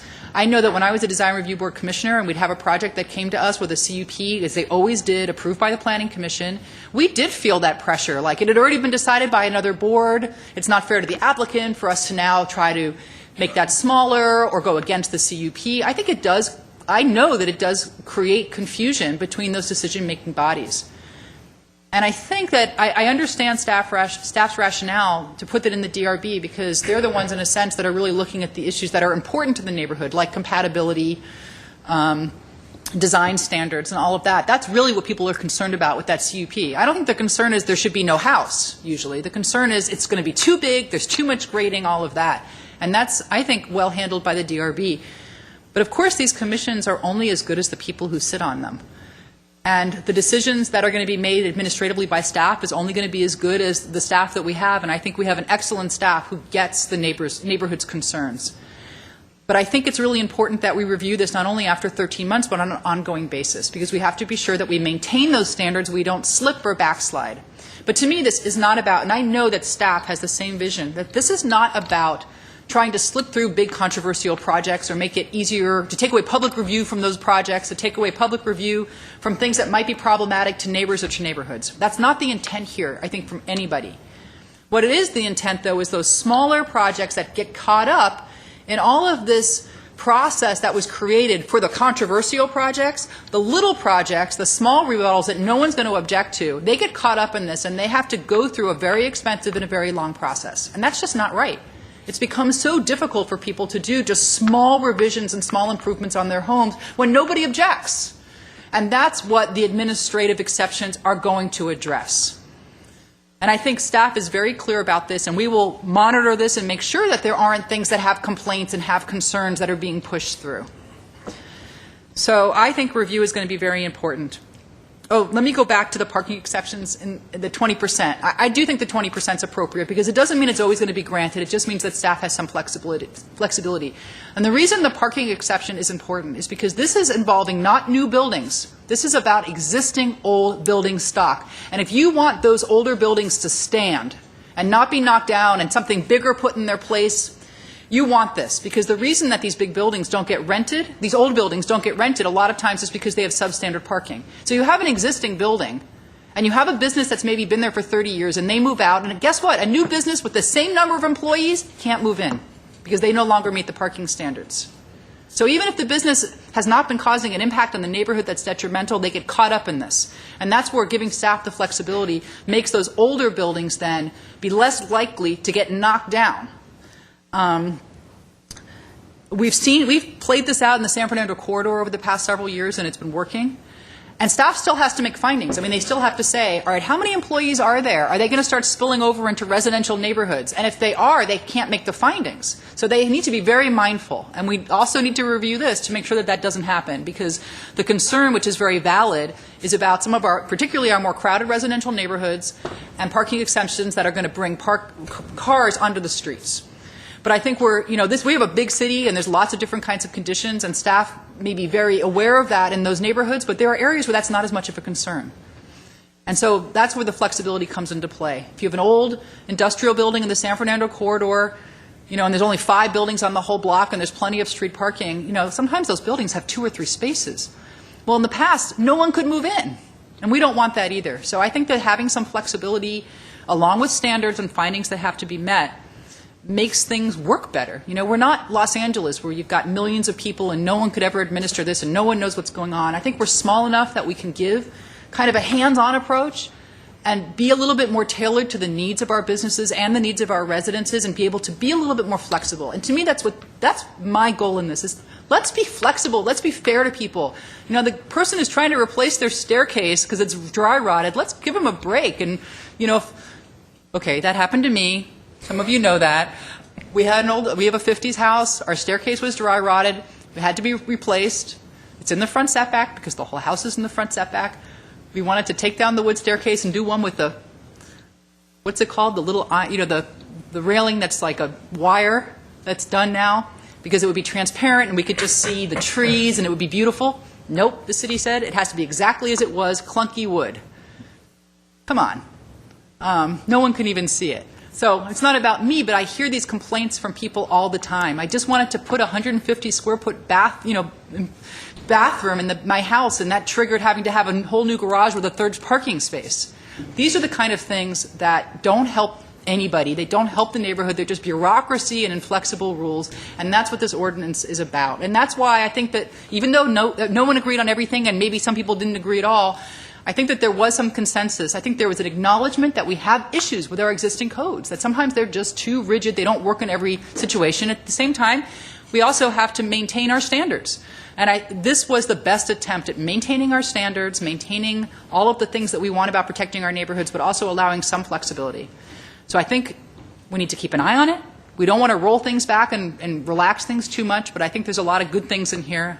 And I really want to thank not just staff, but certainly the task force members who gave so much of their time for no money and did it even though there was arguments, I'm sure, and you've got different interests all in the same room, and that's not always pleasant, but they were able to come out of it with what we heard tonight, which was an incredible amount of consensus for such a large policy document. So thank you to the task force, and I will be supporting this in its entirety tonight with the comfort that we're going to be reviewing this not just in 13 months. I want to hear how this is going, and I know we'll hear from the public if it doesn't go well. Thank you. Mr. Quintero. Yeah, I was going to say that my concern is less in terms of the CUP, because I do think that the planning director made a good point. This is more holistic in the sense that sometimes in the past CUPs would be issued, and now that person felt entitled to go to the DRB, and maybe the DRB itself felt like, well, gee, they got the CUP, then we have to work with a certain envelope. By combining the two, I think that could work and that could make sense. But one of the issues that I have that concerns me, and I've brought it up previously with the staff, that's the idea that we're going to be going to a second floor situation where someone will be handling that, and I just want, meaning someone will be handling that at the staff level, or it'll go up to, they'll decide to take it up to DRB. But we're still leaving a lot of discretion, and I just want to make sure that the neighbors will be fully noticed as to what's going on in that house, that a second story will be built, and they can participate in the discussion. And according to Mr. Hagani, we can, everyone within the 500 feet will actually be able to submit their input to the person who's making that decision. I think it's a, if I may, thank you, Mr. Mayor. Yes, it is a concern that was discussed a lot at the task force meeting. We will still provide the 500-foot radius notice. In addition to that, we will still provide the poster-size notice on site, which happens even before that. To us, that has been the most effective way that people know something is going to happen on a property. And up until the time that the notice is sent out, people will always have the opportunity to ask us to put something to the hearing level. And we can do that up until the time that we send the 500-foot radius notice. At that point, people will still be able to comment, and the staff member, and let me just emphasize, the staff member who makes this decision will not make this decision in a vacuum and by themselves. As we do today, the staff member will have to consult with a senior staff member and with a design staff member. Right now, all the staff reports that are prepared for the Design Review Board are done collectively by a number of people, the case planner, plus usually reviewed by a senior staff member and by the senior urban designer or the principal urban designer or the urban designer. The same will continue, and the decision will be reviewed by several people. And let me stress that Staff is not eager to make decisions that are controversial. We do not want to lose the credibility that we've worked so hard over the last 10 years to build with the community. We want to, and as part of the review for presenting these suggestions to the City Council and before that to the committee, we reviewed the way that we have performed and how our performance has been evaluated at the Design Review Board level. So we made recommendations that we think we are comfortable making these decisions without our decisions being questioned. And at any given time that we think our decision is going to be questioned, our first instinct is to send it up to a higher review authority. That is our instinct, because we do not want to make a decision that we think there are enough variations and viewpoints about it that will be questioned. So to us, the ability to kick up something to the review authority is as important as the ability to be flexible. Thank you. That's Mr. Sinanian. Mr. Mayor, I want to start by thanking our city manager for just coming to terms with the fact that the system isn't perfect, that it needs to be fixed, and not giving in to the natural urge to settle for the status quo. I thank our planning director and staff for going through this arduous process and keeping these various often conflicting interests in check and in the process, within the process. What we have now is a compromise solution, which is not so bad. It's not bad to be able to find a compromise that's acceptable to the broadest possible interests in this city, and I think we have reached that point. We have the support of the chambers, albeit somewhat conditional. There are things that the chambers are not extremely happy about, like the business registration fee, which I just want to stress this. It's just a fee, right? The money is being levied only for the purpose of processing the business registration. It's not a tax. It's not okay, and it's not going to turn into a tax, because I don't think you'll find the support on this dais for a business tax. It's no secret that this process has never been perfect. You hear horror stories about the DRB CUP process where seemingly minimal problems have been turned into huge things, and those are not conducive to doing business in Glendale. They're not conducive to our residents. Very often we heard some testimonies even from our council members, and this is going to address a lot of those issues, a lot of the issues that gives rise to the problems with respect to doing business and doing construction in the city of Glendale. So although I'm not happy that I personally will have to pay $200 or $190 some to register my business, and then $50 thereon, as I'm sure not too many people are, but we need to know who does business in our city. Again, like Councilmember Quintero said, in this day and age, we can't not have a database of who's doing business in the city, and it's not to knock down on people's doors or count their computers. No, I don't think $50 would ever be enough if we were to knock down on every business's door in the city. But to be aware of what's happening in the city, and even to use the facts, to use the information for business promotion purposes or the city promotion purposes. So, again, I realize that it's a compromise. It's not perfect. Nothing in this life probably is. And therefore, I'm going to support this very good move forward, step forward, that's going to make our city better. Okay, as for me, I can't tell you how proud I am of this community for what they've done. I will not devalue what the 27-member task force have done over months and months, compromising on so many issues, the public that came here tonight, the hundreds of hours that staff put in. You just don't find that, I believe, in a lot of cities. And I'm so very proud to be a Glendalean and to see this kind of activity or support from the committee and trying to streamline an ugly process into something that makes more sense. It'll be transparent, and as I've said before, if anything is wrong, we're going to hear about it quicker probably than the staff will, and will react to it. You know, somebody once said, there's nothing to fear but fear itself. And fearing that something is not being handled correctly, I said, don't worry about it. It'll be caught, it'll be fixed. But we're moving light years from where we were before. And this is a business license fee. A tax would have to go to the voters of the city of Glendale, correct, Mr. City Attorney? Yes, sir. A tax. The voters, the public would have to vote it in. You want to make a bet on that happening? No way. It isn't going to happen. It's a fee. We need to know what's in our town, where they're at. I don't know any other way to find out.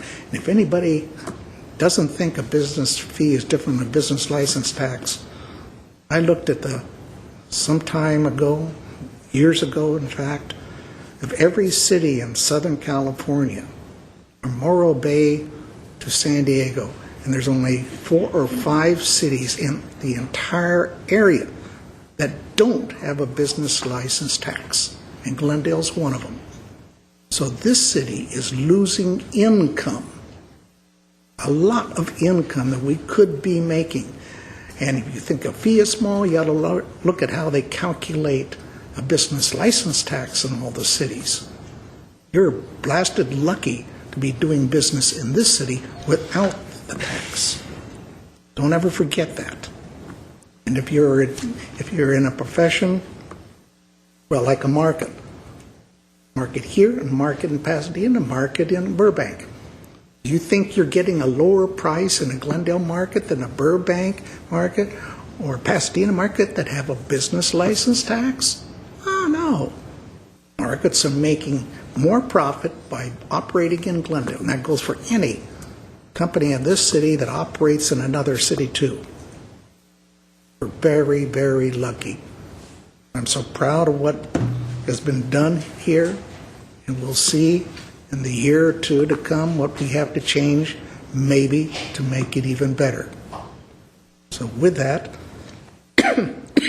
housekeeping, Mr. Garcia, do we put off number 3? Yes, sir. That's the recommendation of staff to put that so off with the I ordinance. need an introduction of ordinances at time 1 and 2. I'll pass the gavel if I need to. I'll move the items. Okay? It's not moving, you're introducing the ordinances at 9-1 and 9-2? I'll second. No, there's no second. So is the introducing voting is, been here Voting. for 5 years, it's confusing. That'll come back on the 10th, maybe, so you don't all need to show up again to speak again, because I think you got the drift of where the vote's going to go. Okay? With that, let's go back. Thank you all for coming. You may quietly exit if you're not staying for one of the other items. Good night, all. Okay, we're going to go back to 7. For Mayor and Council, at 7A is ordinance amending various sections of California Building Standards Code as the Glendale Building and Safety Code 2014. This was introduced on November 5th, 2013 by Councilmember Quintero. Mr. Quintero. Okay, I will move the item. Your second. Second. Roll call. Councilmembers Friedman. Yes. Najarian. Yes. Quintero. Yes. Nanyan. Yes. Mayor Weaver. 7B. Or I. 7B. 7B is ordinance amending zoning mapping connection with the North Central Avenue apartment project. This was also introduced November 5th, 2013 by Councilmember Quintero. I'll move 7B.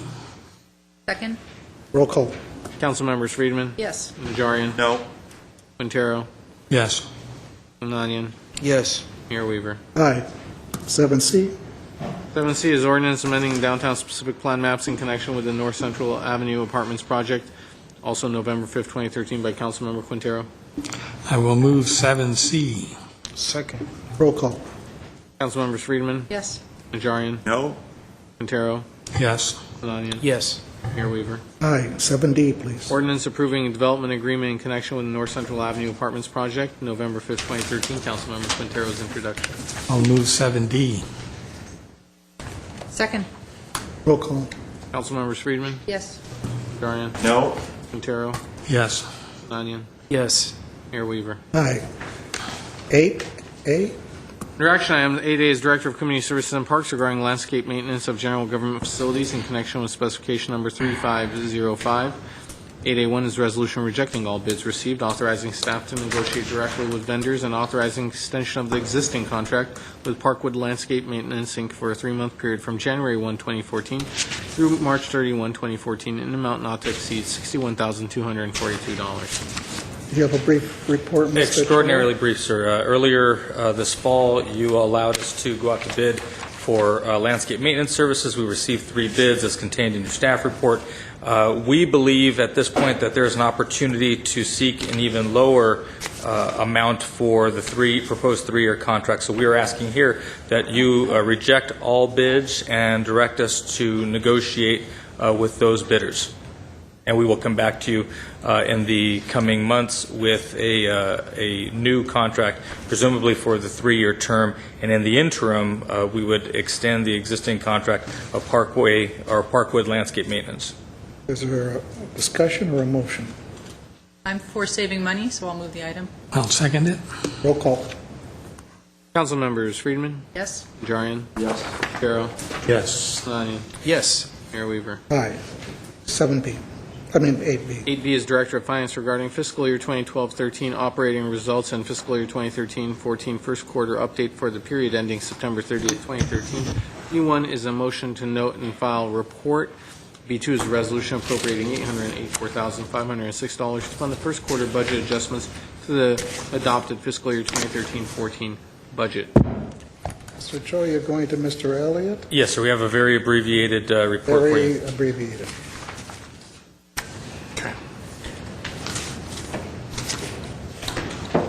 Mr. Mayor, members of the council, it's a pleasure to come to you this evening to present our It's a pleasure. first quarter report. We have good news for a change. Oh, okay. So, To be clear, we have goodish news. Goodish news. There's such a term. What we wanted to do, as Scott said, a very abbreviated report tonight. First, want to touch on the fiscal year end 12-13 results for the general fund, and as we have done in the last several years, it's kind of a primer for the CAFR, which we'll bring to you next month, officially submit that to City Council for approval. But the results for this year, unaudited as they are, but I don't think they'll change at this point. We will end the year with a $3.4 million surplus in the general fund. And there's a combination of moving gears in there with revenues up from what we had originally anticipated, and then expenditures were significantly less, and that was primarily due from vacancies, and I'll show you the detail of that in a minute. With those results, we end the year adding to our fund balance from $59 million up to $62.4 million, and it gives us a reserve percentage in the general fund of 36.5%. If you recall, our target is 35% with a floor of 30. We do have some adjustments, so keep that figure in mind as we move forward. Just to show you the detail of where we had originally ended up and wanted to, we had an adjusted budget of 167. We ended the year with revenues of 169. We had total appropriations of 170 million. We only ended up spending 165, and that's how we ended up at the $3.389 million additional surplus.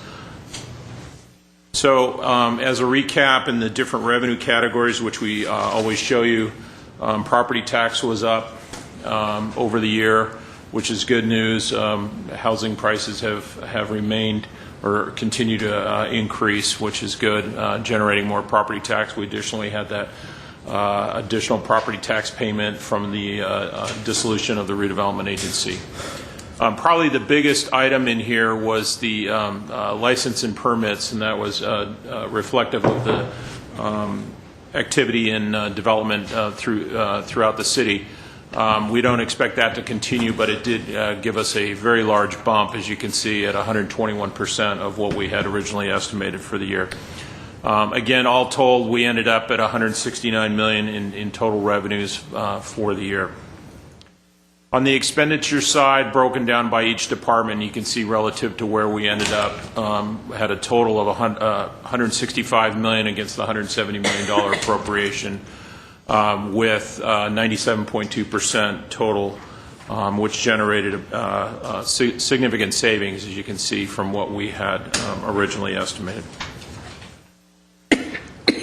So moving into the first quarter update, and I'll kind of put a bookend on the last year as we go through this.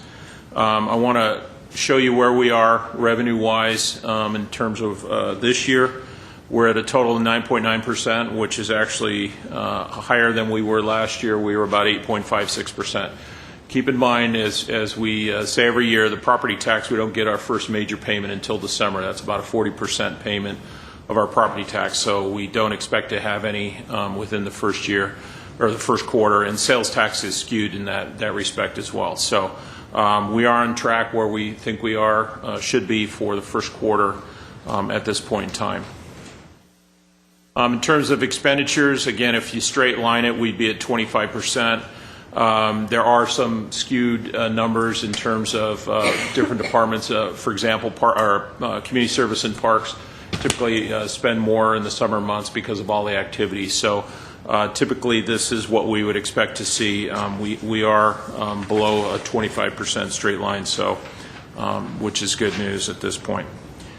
To put a bookend back to where we were in the general fund, as I stated earlier, we ended the last year with the surplus of 3.389%, giving us the unassigned and charter reserve of $62 million, or 36.5%.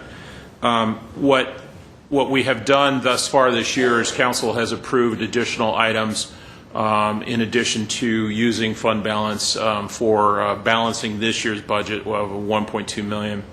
We had the retirement incentives for PARs that came out of fund balance. We have since appropriated the Fire Academy, a state lobbyist and federal lobbyist, I believe, for the management services, the winter shelter. We have taken out budget carryovers, which are various projects that needed to be finished within this year. And then the pending approvals, and as you approved the ISD projects this afternoon that Mr. Ganley presented, and then the other budget adjustments that we have put forth this evening, you take that away, we end up projected fund balance at this point in time of $57 million, still at 33.5%, well above our floor of 30%. We can always move it up to 35. Well, it used to be 50. Yeah, that's true. So that's our brief presentation, and if you have any questions, I'll be happy to answer those. That's good. Any comments, anybody? Fine. Okay, that is a motion to note and file and a resolution, so we can move 1 and 2 together. Is there a motion on 9? No cards. 8B, 1 and 2. Is there a motion? So moved. Is there a second? Second. Okay, roll call. Council members: Friedman. Yes. Najarian. Yes. Quintero. Yes. Nalian. Yes. Aye. 8C. It sees Director of Finance regarding discussion of a possible revenue measure for the June 2014 special election. C1 is a motion directing staff to continue the RFP process to acquire the services of a public outreach consultant, engage residents in a exploratory process to determine the nature and scope of a potential revenue measure. I hope everybody at home and here understand this is a potential go at getting a tax on the public, but have to understand this is to go out and study the effort, if it makes any sense for us to even consider putting it on the budget. Ballot. I mean, on the ballot. So it's a long way to go. We're just going to test the waters because there's different types. So I don't want to see anybody, oh my God, another tax, another tax. No, you, the people, have to vote for it. Just like on the ballot measures last time, which all lost. So even if it gets to the ballot, we could lose on everything here. So With that doomsday forecast, Mr. Cho, I'll spare you the PowerPoint presentation, sir, unless you would like to see it, considering the length of time we've been discussing other items. But I think you've encapsulated the issue pretty clearly. We have a special election in June of 2014 that's mandated by our charter pursuant to Mr. Manukian moving to the Treasurer's office, Mr. Quintero graciously agreeing to stay on for one extra year. he wasn't gracious about it. I wasn't gracious at all. Nasty attitude. And so we will now have to have 3 consecutive elections, municipal election, special election in 14, and then the normal general municipal election in 2015. Because we have the special election next year, we have an opportunity to pose questions to the public. As you indicated, we can either those can take the form of either ballot measures, charter revisions, for example, or revenue measures, taxes and assessments.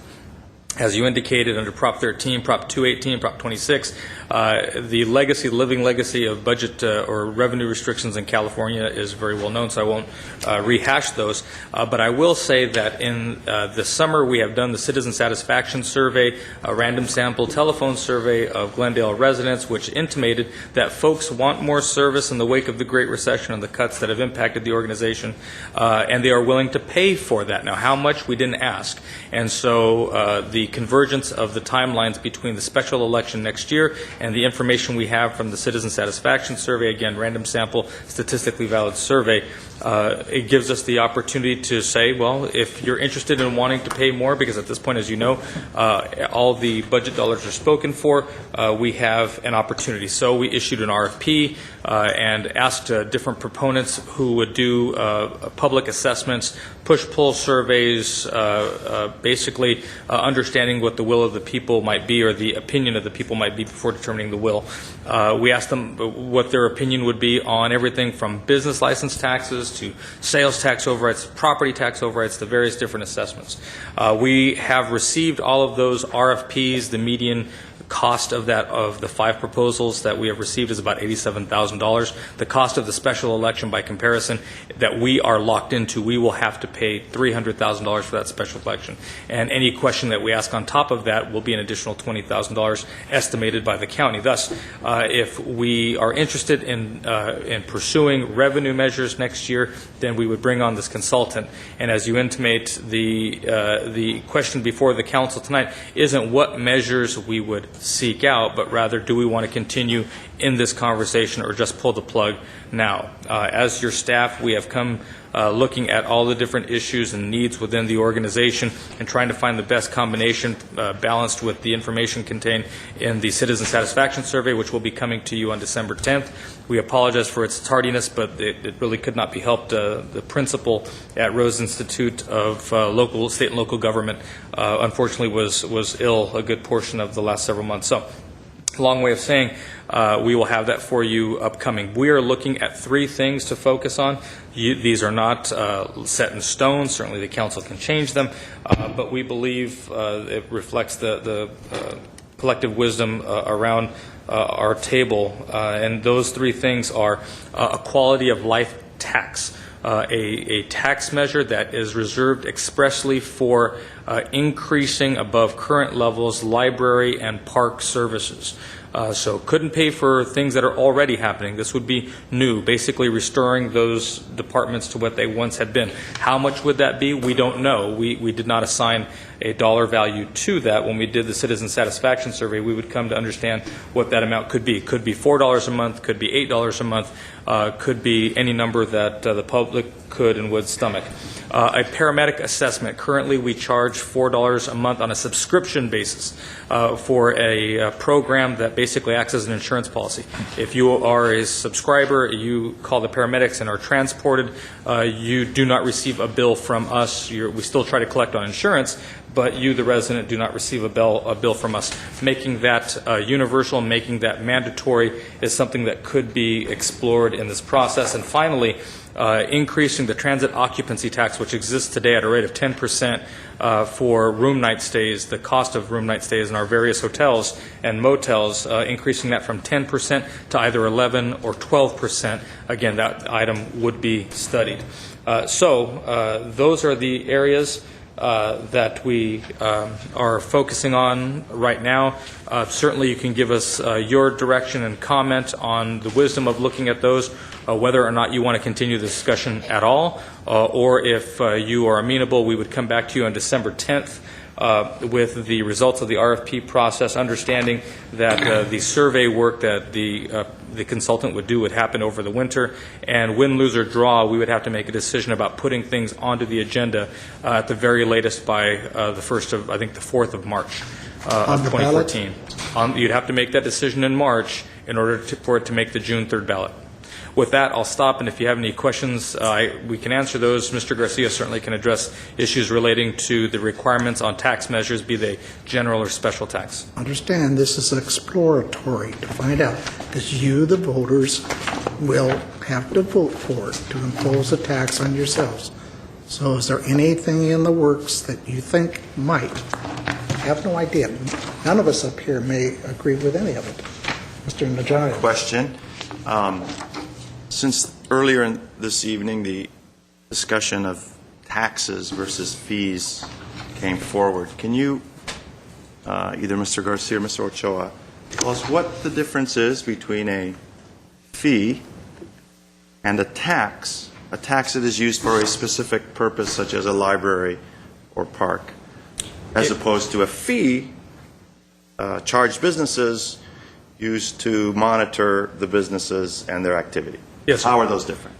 The fee actually has to tie back to the charge for service. So I come in, I provide a service to you. The law requires that we can only charge you the fully burdened cost of me providing that service to you.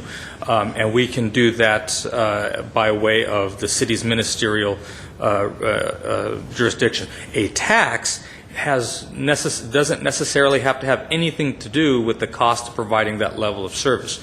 We can do an assessment of $4 or $8 or $20 per month for the quality of life assessment.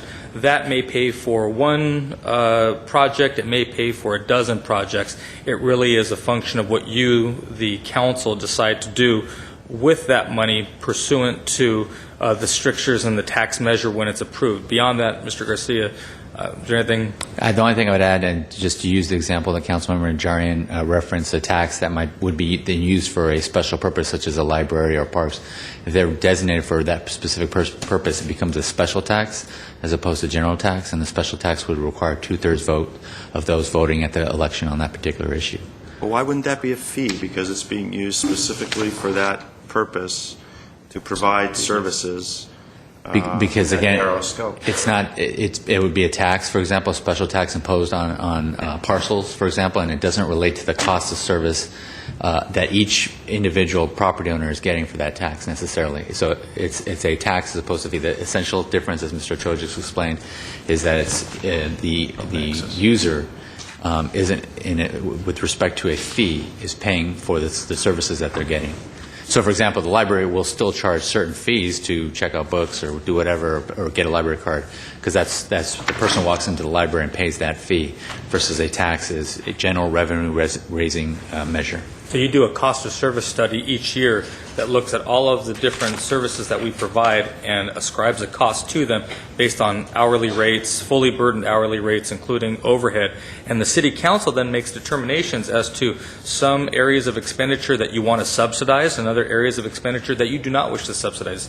Historically, the Council has said those charges for service that are money-making for a private entity. You are going to come in and get a fee that is going to make you, the business, more money. You should pay the fully burdened fee for that because the public does not benefit. But we have, I'm speaking if I were a council member, we, the council, have an interest in making sure that recreation programs, swim programs for Glendale youth, that should be as affordable as possible, regardless of the cost to provide the service. So we will then charge less than what the fee for that service is.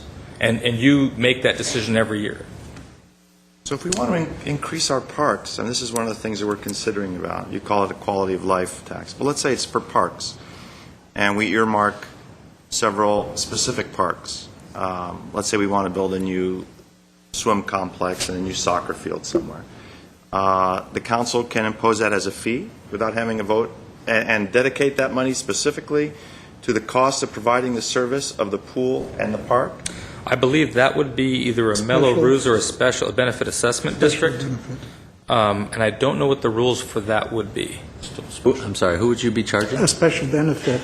There are assessments which are on a certain percentage or a certain dollar value that would be imposed on particular properties. The cases now are pretty clearer to the extent that charging a citywide assessment for a park or a library probably doesn't pass muster under Prop 218. But you can impose a special tax against the parcels or another or per household, and then earmark those funds for specific parks. Any more questions? We want to take a little leap and find out what comes out of this, if there's anything, because the public's got to weigh in on every single thing. Yes. It's not a question, it's just a consideration. We just passed that electrical fee increase. I didn't vote for it, but we passed it. The council passed it.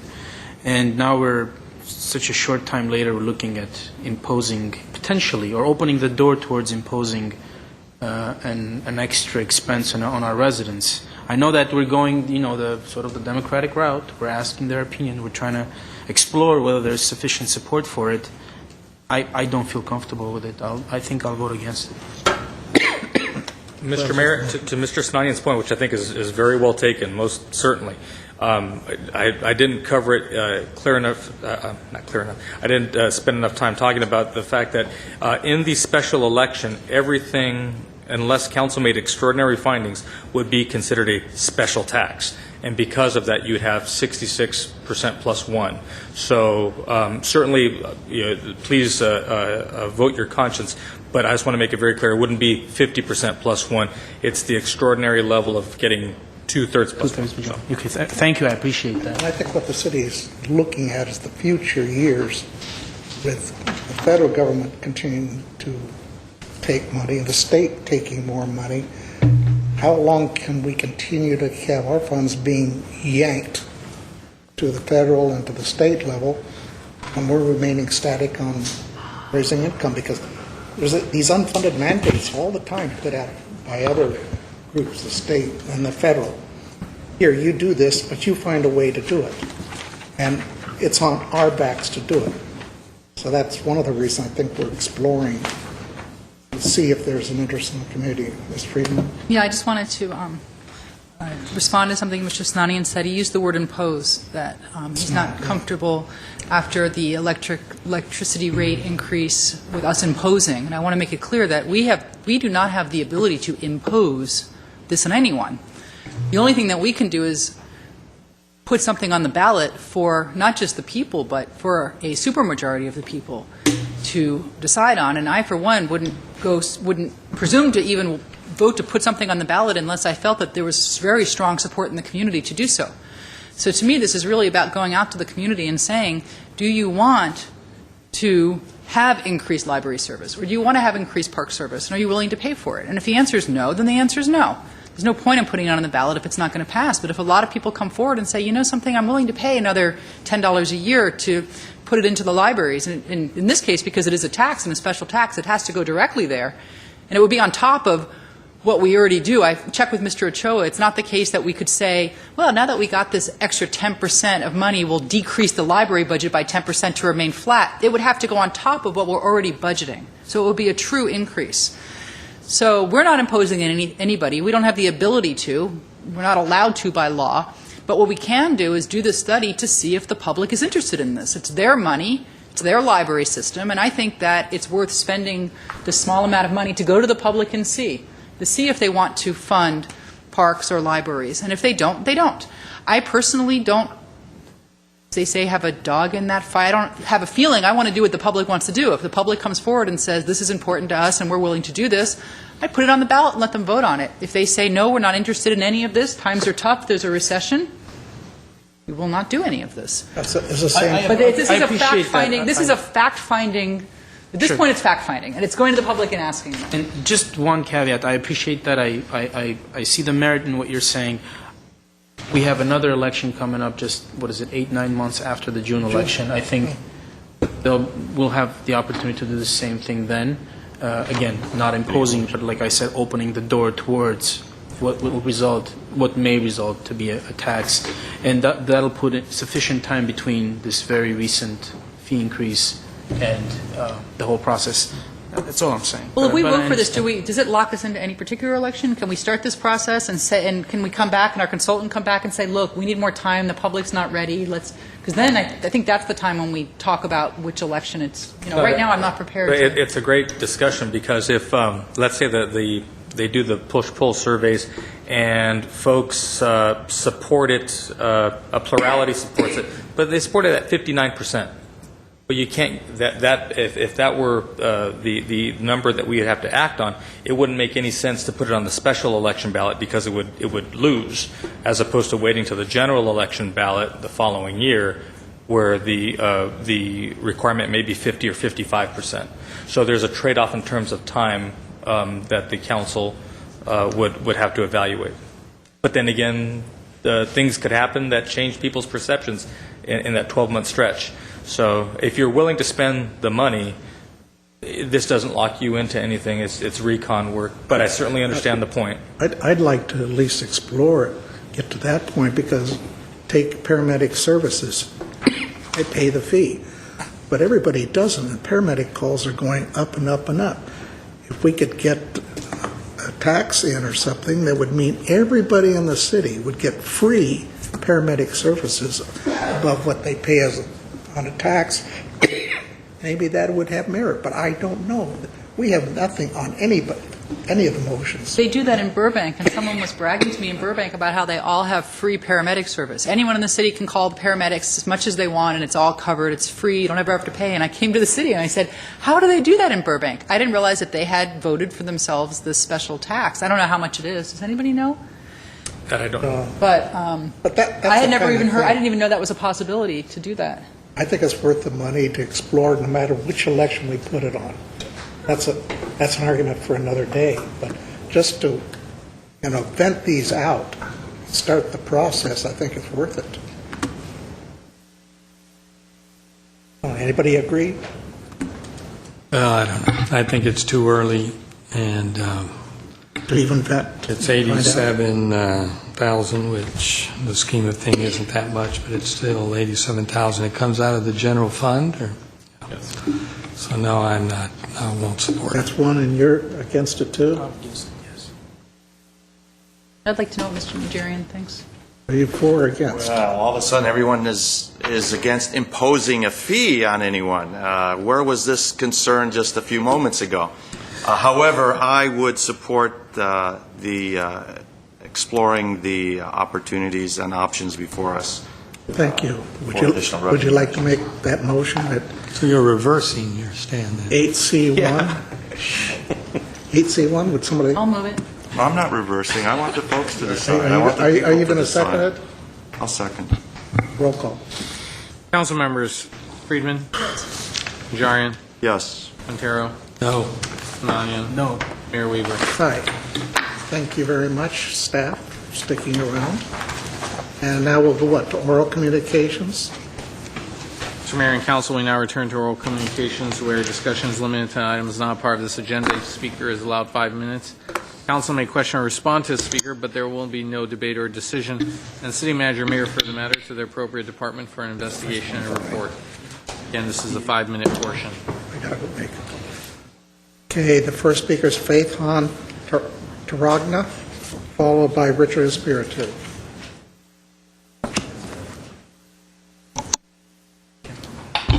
Faith Han Taregna.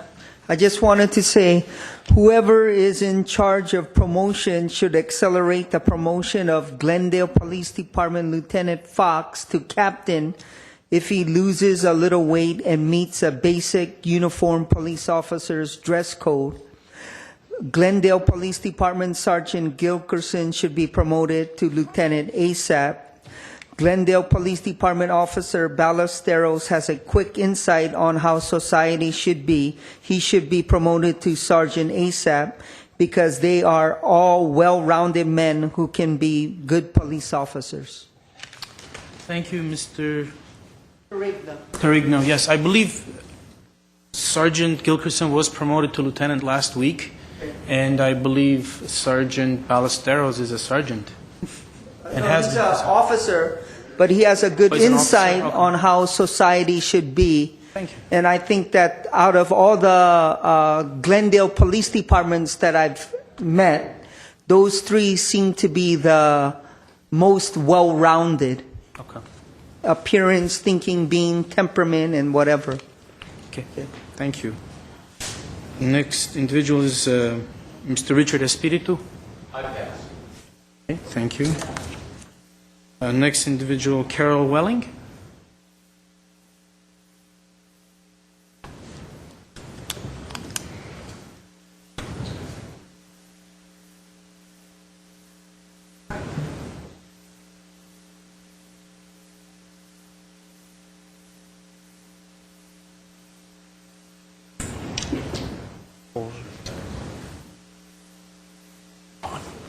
Set up a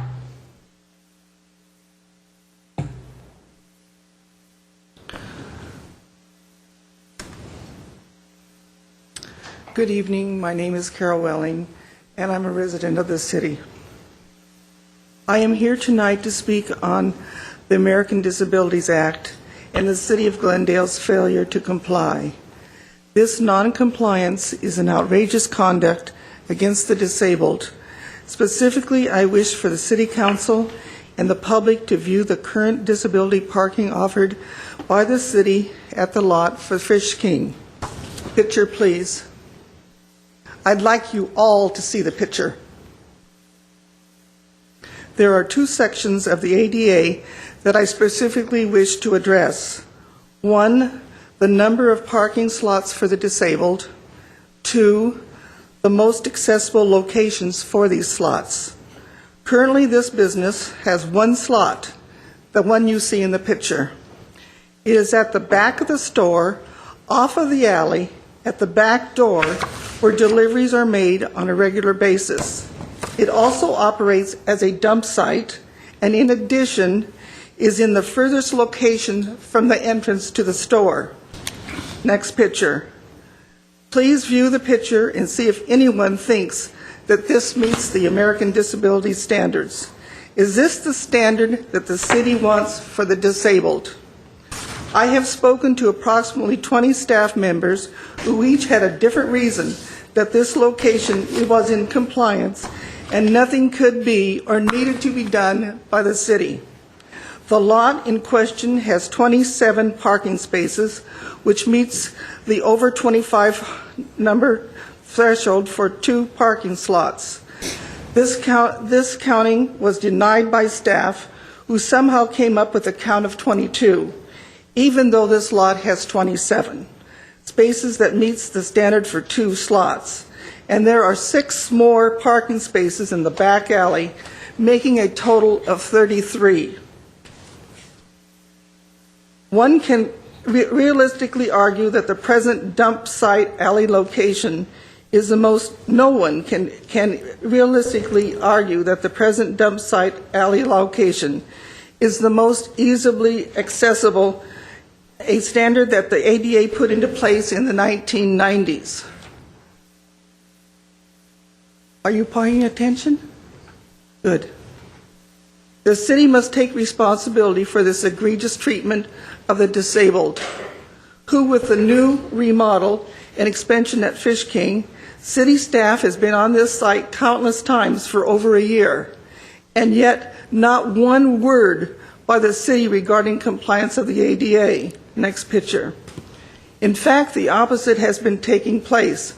I have had to fight with numerous city staff via telephone calls and emails to have the ADA enforced as written into the law.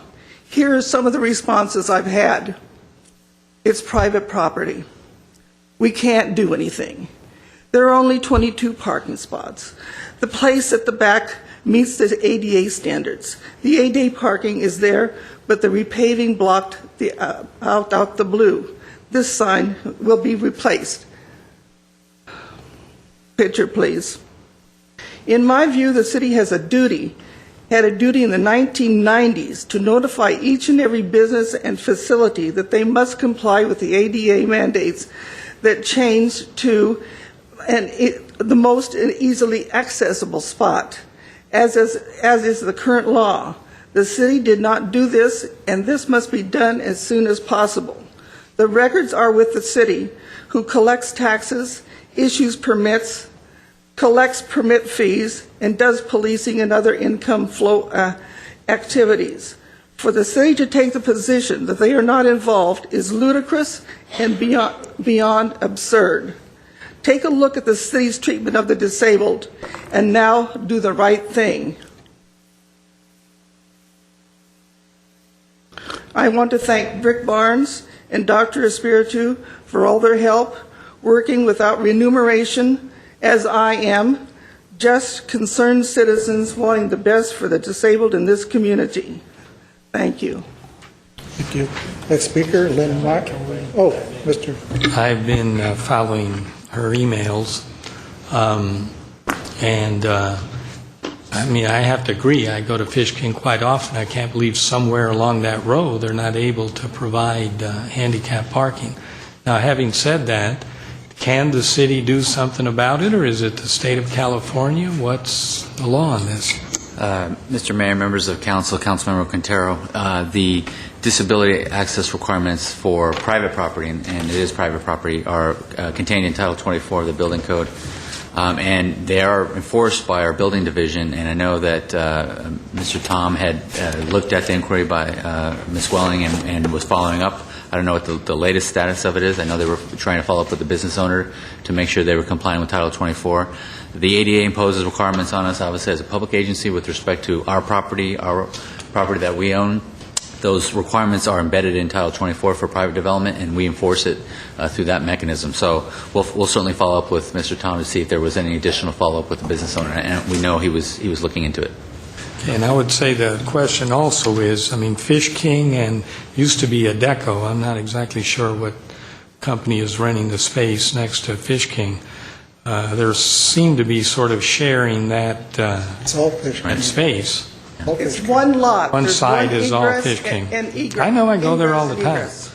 But I mean, just curious about that company also. They don't have any handicap parking for that office-type use next to... And the other thing I should point out, that Title 24 is usually only triggered when there's an expansion or modification that triggers the particular requirements in ongoing And that's business. exactly what's happened. And I understand that, and so I'm just saying we're looking into whether both businesses had the requirement or just the Fish King. And again, Mr. Tom is following up on that, and hopefully once he's got an answer, he'll Mr. get Tom back. told me he couldn't do anything. Has he Again, changed his mind? We'll follow Let up. staff. We'll follow up. So is Look on there a the- potential private right of action for ADA violation? Yes. In Okay. fact, I want the form. Because that's... Yeah, I believe. Well, there are private rights of action against private entities that don't comply. Yes, Right. Yeah. but that wouldn't be one issue that the city would be involved in. So we haven't made a determination that they don't comply. I don't know the answer to that. Yeah. Can't answer tonight, but staff will look at it. I've got the emails too. Okay, next speaker, Lynn Myers, followed by Margaret Hammond.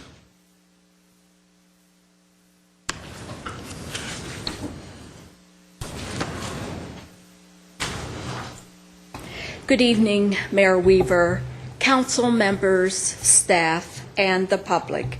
My name is Lynn Myers. At the last council meeting on November 5th, I spoke during oral communications to make it clear that the issue of Zara Sananian is not going to go away. Zara Sananian, a public official and sitting council member who posted a trail of hate on the internet, deeply disturbing, and threatening comments referencing Mexicans, Muslims, gays, women, and others. I cited a website, zarasananian.blogspot.com, that the public could access to learn about this public official's racism, bigotry, hate speech, lies, fraud, accusations, deceit, and subterfuge. I stated that every person in this city who has any integrity at all surely knows that Mr. Sinanian should not be sitting as a city council member, nor should he ever be seated in any public office. When I returned to my seat, Council Member Zara Sinanian used his public position as a council member to bully me from the dais by stating deliberate falsehoods for the purpose of intimidation, by impugning my reputation and the legitimacy of my comments. I was not allowed to respond. Tonight, I will read and respond to each one of Councilmember Zara Sinanian's statements. You were saying every person with integrity. Oh, you are not one of those. Oh, yes, Mr. Sinanian, I am one of those. I do have integrity. You are a well-known entity in the city. Mr. Sinanian, I have no understanding of what you mean by well-known entity. You are a well-known commodity. Mr. Sinanian, I have no understanding of what you mean by well-known commodity, and it is probably just as well that I don't. You are a well-known racist. No, Mr. Sinanian, I am not a well-known racist because I am not a racist.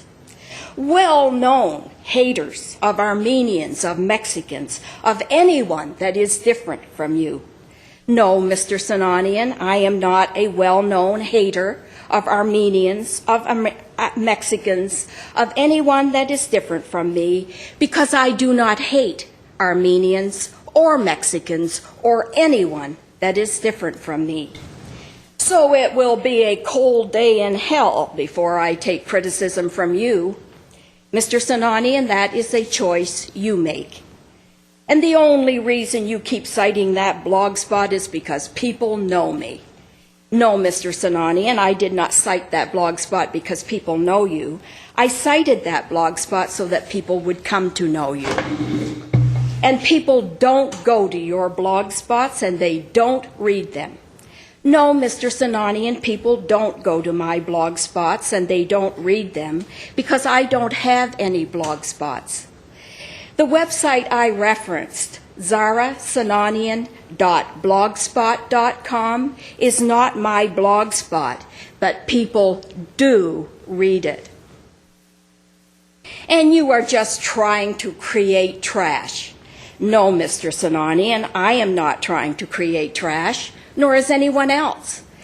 Zara Sinanian has created his own trash. And Mr. Sinanian's final statement.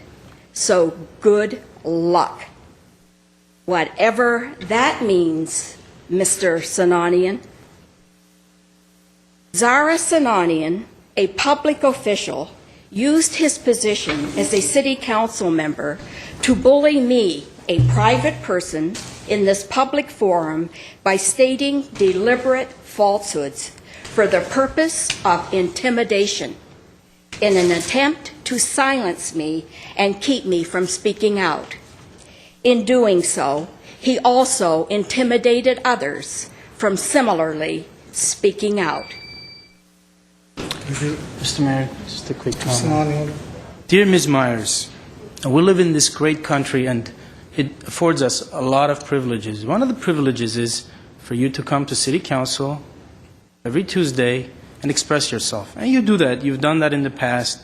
And other than giving you personal satisfaction of attacking me and saying mean things about me, I don't know what it's produced. So I call upon you to set aside whatever prejudice you have against me and others that you may have very deep-seated prejudice against. I call upon you, let's move forward, let's do things to make Glendale better. As you witnessed today, you often sit through the city council meetings, you see we have a lot of serious issues in this city, and those issues need to be resolved. So all I'm saying is, let's resolve those issues, let's work on those, because no one person can overcome those problems by themselves. And in terms of intimidation, you know what, I welcome you to the next city council meeting. Come on down, and have a nice evening. Next speaker is Margaret Hammond, followed by Sarah Garakhani.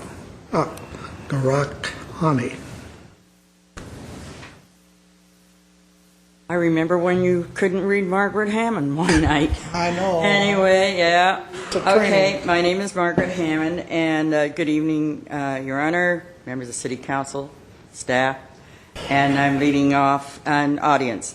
Leading off, giving my eyeball over here to Steve Zern, the free bulky item pickup number. Please, please call it. 818-548-3916. I think everybody down where I live must by now have new mattresses, new couches, whatever and whatever. It sure looks like it. They must be doing a terrific business in those mattress places over there on Central. Anyway, I wish to address at this time, the inclusion of a room in the renovation of the Central Library with the title of Man's Inhumanity to Man.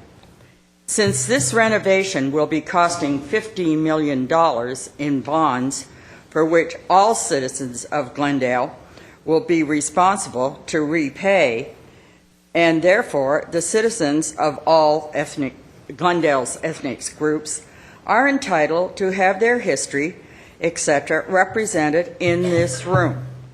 Start with Native Americans, the Trail of Tears, Jewish genocide, the Irish extermination, on and on. I mean, I already have read the federal government, the list that the federal government has of the monthly memoriam for groups. I would like to know who will make decisions as to the scheduling of the materials that will be displayed in this room. Will there be a committee comprised of citizens of all ethnic backgrounds and supplying materials and making decisions for the timing? I would like to know that one. Okay, now on December the 6th and Saturday, December the 7th and 8th, the Casa Adobe, one of our jewels, San Rafael, the true California spirit will be the luminaries, which begin Friday nights. We'll have school children playing music. We'll have free punch, homemade cookies, and tea. I miss Ginger Bremberg. She made a special punch. Anyway, and of course the Doctor's House, another one of Glendale's jewels. On December the 14th and December the 21st, we'll have the Victorian candlelight. They will have tours of the home, Christmas tree done Victorian. Again, they will be giving, have musical students coming and playing music, and we will be supplying hot chocolate, punch, and cookies, and free tours of the house. So please come, bring your family. It's really one of the places where children can enjoy and see what happens. I think the Casa Adobe is my particular one for California history. The homeless have moved in, or will be moving in, I guess, in December. They're opening up the place on Tyburn. I think it opened in October. And when I went there and talked to the staff that were there before they moved, they asked for some things. I took clothing and things like that, but they really need things like single sheets and pillows and towels, and of course any shampoo, things of that kind. They really need all those things. So if you have them, please remember when you go on trips or whatever, you bring back all those useless little things you think you're going to use and you never do. One of my beefs, big time, is about bicyclists riding on the sidewalk. There was a man the other morning, I think I was coming over to City Hall for something, with two big black bags on a bicycle. And there was 3 or 4 mothers with about 5 or 6 children standing on the corner of Chevy Chase and Wilson. They were trying to cross the crosswalk. He rode through the middle of the crosswalk, rode through those people on that bicycle with these 2 big, huge black bags. Now, that really made me mad. But over and over, the same thing with these people on bikes. They pay no attention to the rules. They go on the wrong side of the road. They just don't care. And that's not right. Pedestrians are the ones who have the right to the sidewalks. Thank you very much. Last speaker, Seda Garakani. Seda? Gone. I have no more cards. I believe.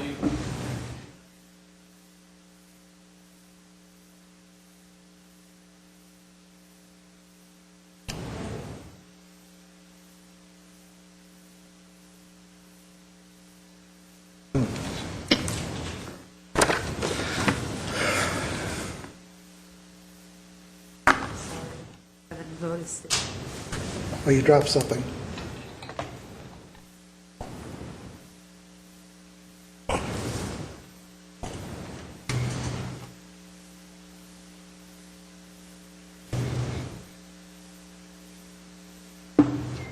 Good evening, Mr. Mayor, members of the council. My name is Seda Garakani, and first of all, I'm sorry if I didn't appear very perfectly. But I'm here for the reason because I did receive a ticket, a fire lane ticket, and July 12, 2013. And I argued that it is pretty much confusing because it is not painted red.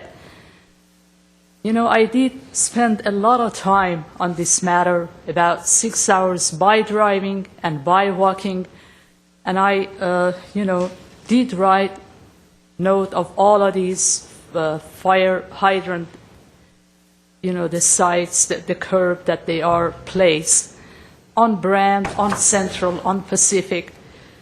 And I did notice that, on some streets, like there are 9 fire hydrant on Isabel Street, all 9 are painted red.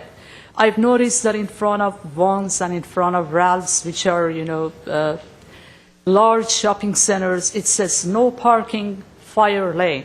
And I argued that simply, if you just paint, it was painted red, or just few words was written on it, no parking or it's fire lane, that nobody would park on it, because it is pretty confusing.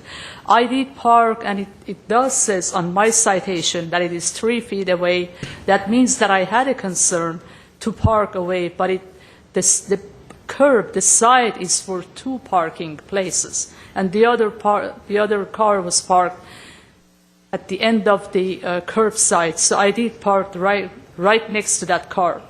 I did spend a lot of time from July 12. They've told me to first to have a request by initial review. I've done that on July 30th, and I did file it.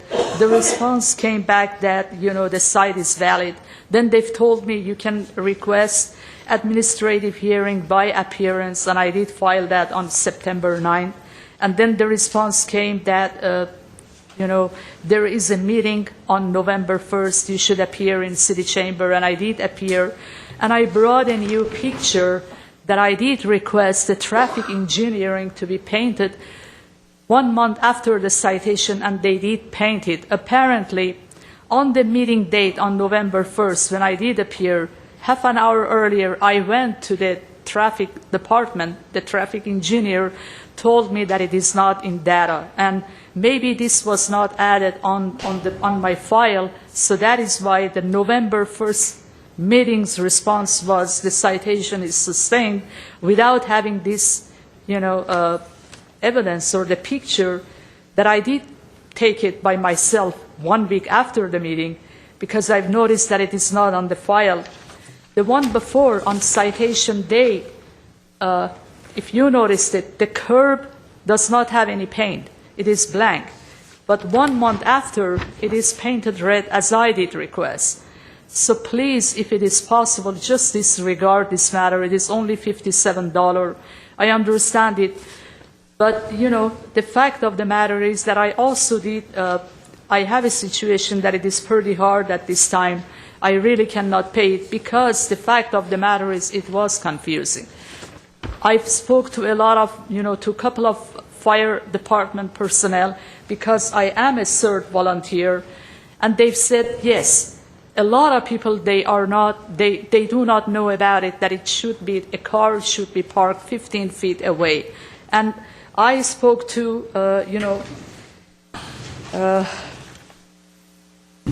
there was a lady in traffic tickets services by the name of Jackie. She said, yes, it is confusing, and it is supposed to be painted red. And Tom in the engineering department also said, yes, in hillsides there are a lot of fire hydrants, you know, on the curbs, which there is no paint, but in Glendale it is different. So I do not live in hillside. I'm not aware of the situation in hillside. I do live, you know, in Glendale. And please, if it is possible, just to disregard this citation. Because after the November 1st, you know, meeting, when the response came, it says that was the third step. The response is telling me you can appeal in LA, in court, LA court, on 111 North Hill Street. So the fact of the matter is I did receive the ticket Yes. here. Why do I have to go to LA, waste my time? It is already fifth month. Ma'am, your time Please. is up. Council can't sit here and dismiss. You have your address. Would you see that the city clerk gets your phone number? And we'll check into it. I don't know if there's anything that can be done, but council cannot do anything. I'm sorry, can you speak a little louder? The council can do nothing.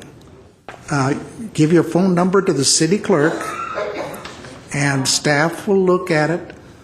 Or, better yet, go back and see that man in the back waving, Tom Lorenz, with the police department, and we'll see what we can do. But the council has no authority to throw a fine out. Please, because I think, you know, I know, ma'am. You understand?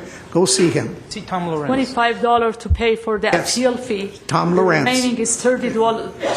It doesn't work. Please, go see Tom Lorenz, okay?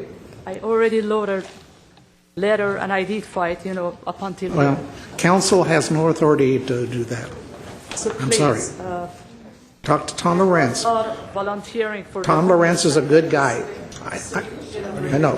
Tom Lorenz is a good guy. Please. I just. Is there any business? 2 items. Yes. Sorry, forgotten about it. Sorry. Should I start? Either you or Yes, we Mr. have new Kennedy. business. Yeah, go ahead. May I read it into, I'd like to read Yes. the following motion into record. This moved by council member. Just move by you. Just go on. Okay, that the claim of Chase Glendale Services LLC, claimant, be compromised and settled for the payment of an amount equal to 42.4 cents 42.4 cents per kilowatt hour. per kilowatt hour of actual energy production for each of the first 5 years of electricity production of the claimant's solar energy system in the city of Glendale, provided that payments to claimant shall be subject to an overall payment amount not to exceed 50% of the installed cost of the system. Such payment shall be made over the next 4.5 years. The Director of Finance is authorized to issue a warrant for the balance of the first annual payment for delivery to the claimant by the city attorney. The subsequent 4 payments to claimant shall be issued annually over the next 4 years in accordance with Glendale Water and Power's Solar Solution Program payment schedule. Second.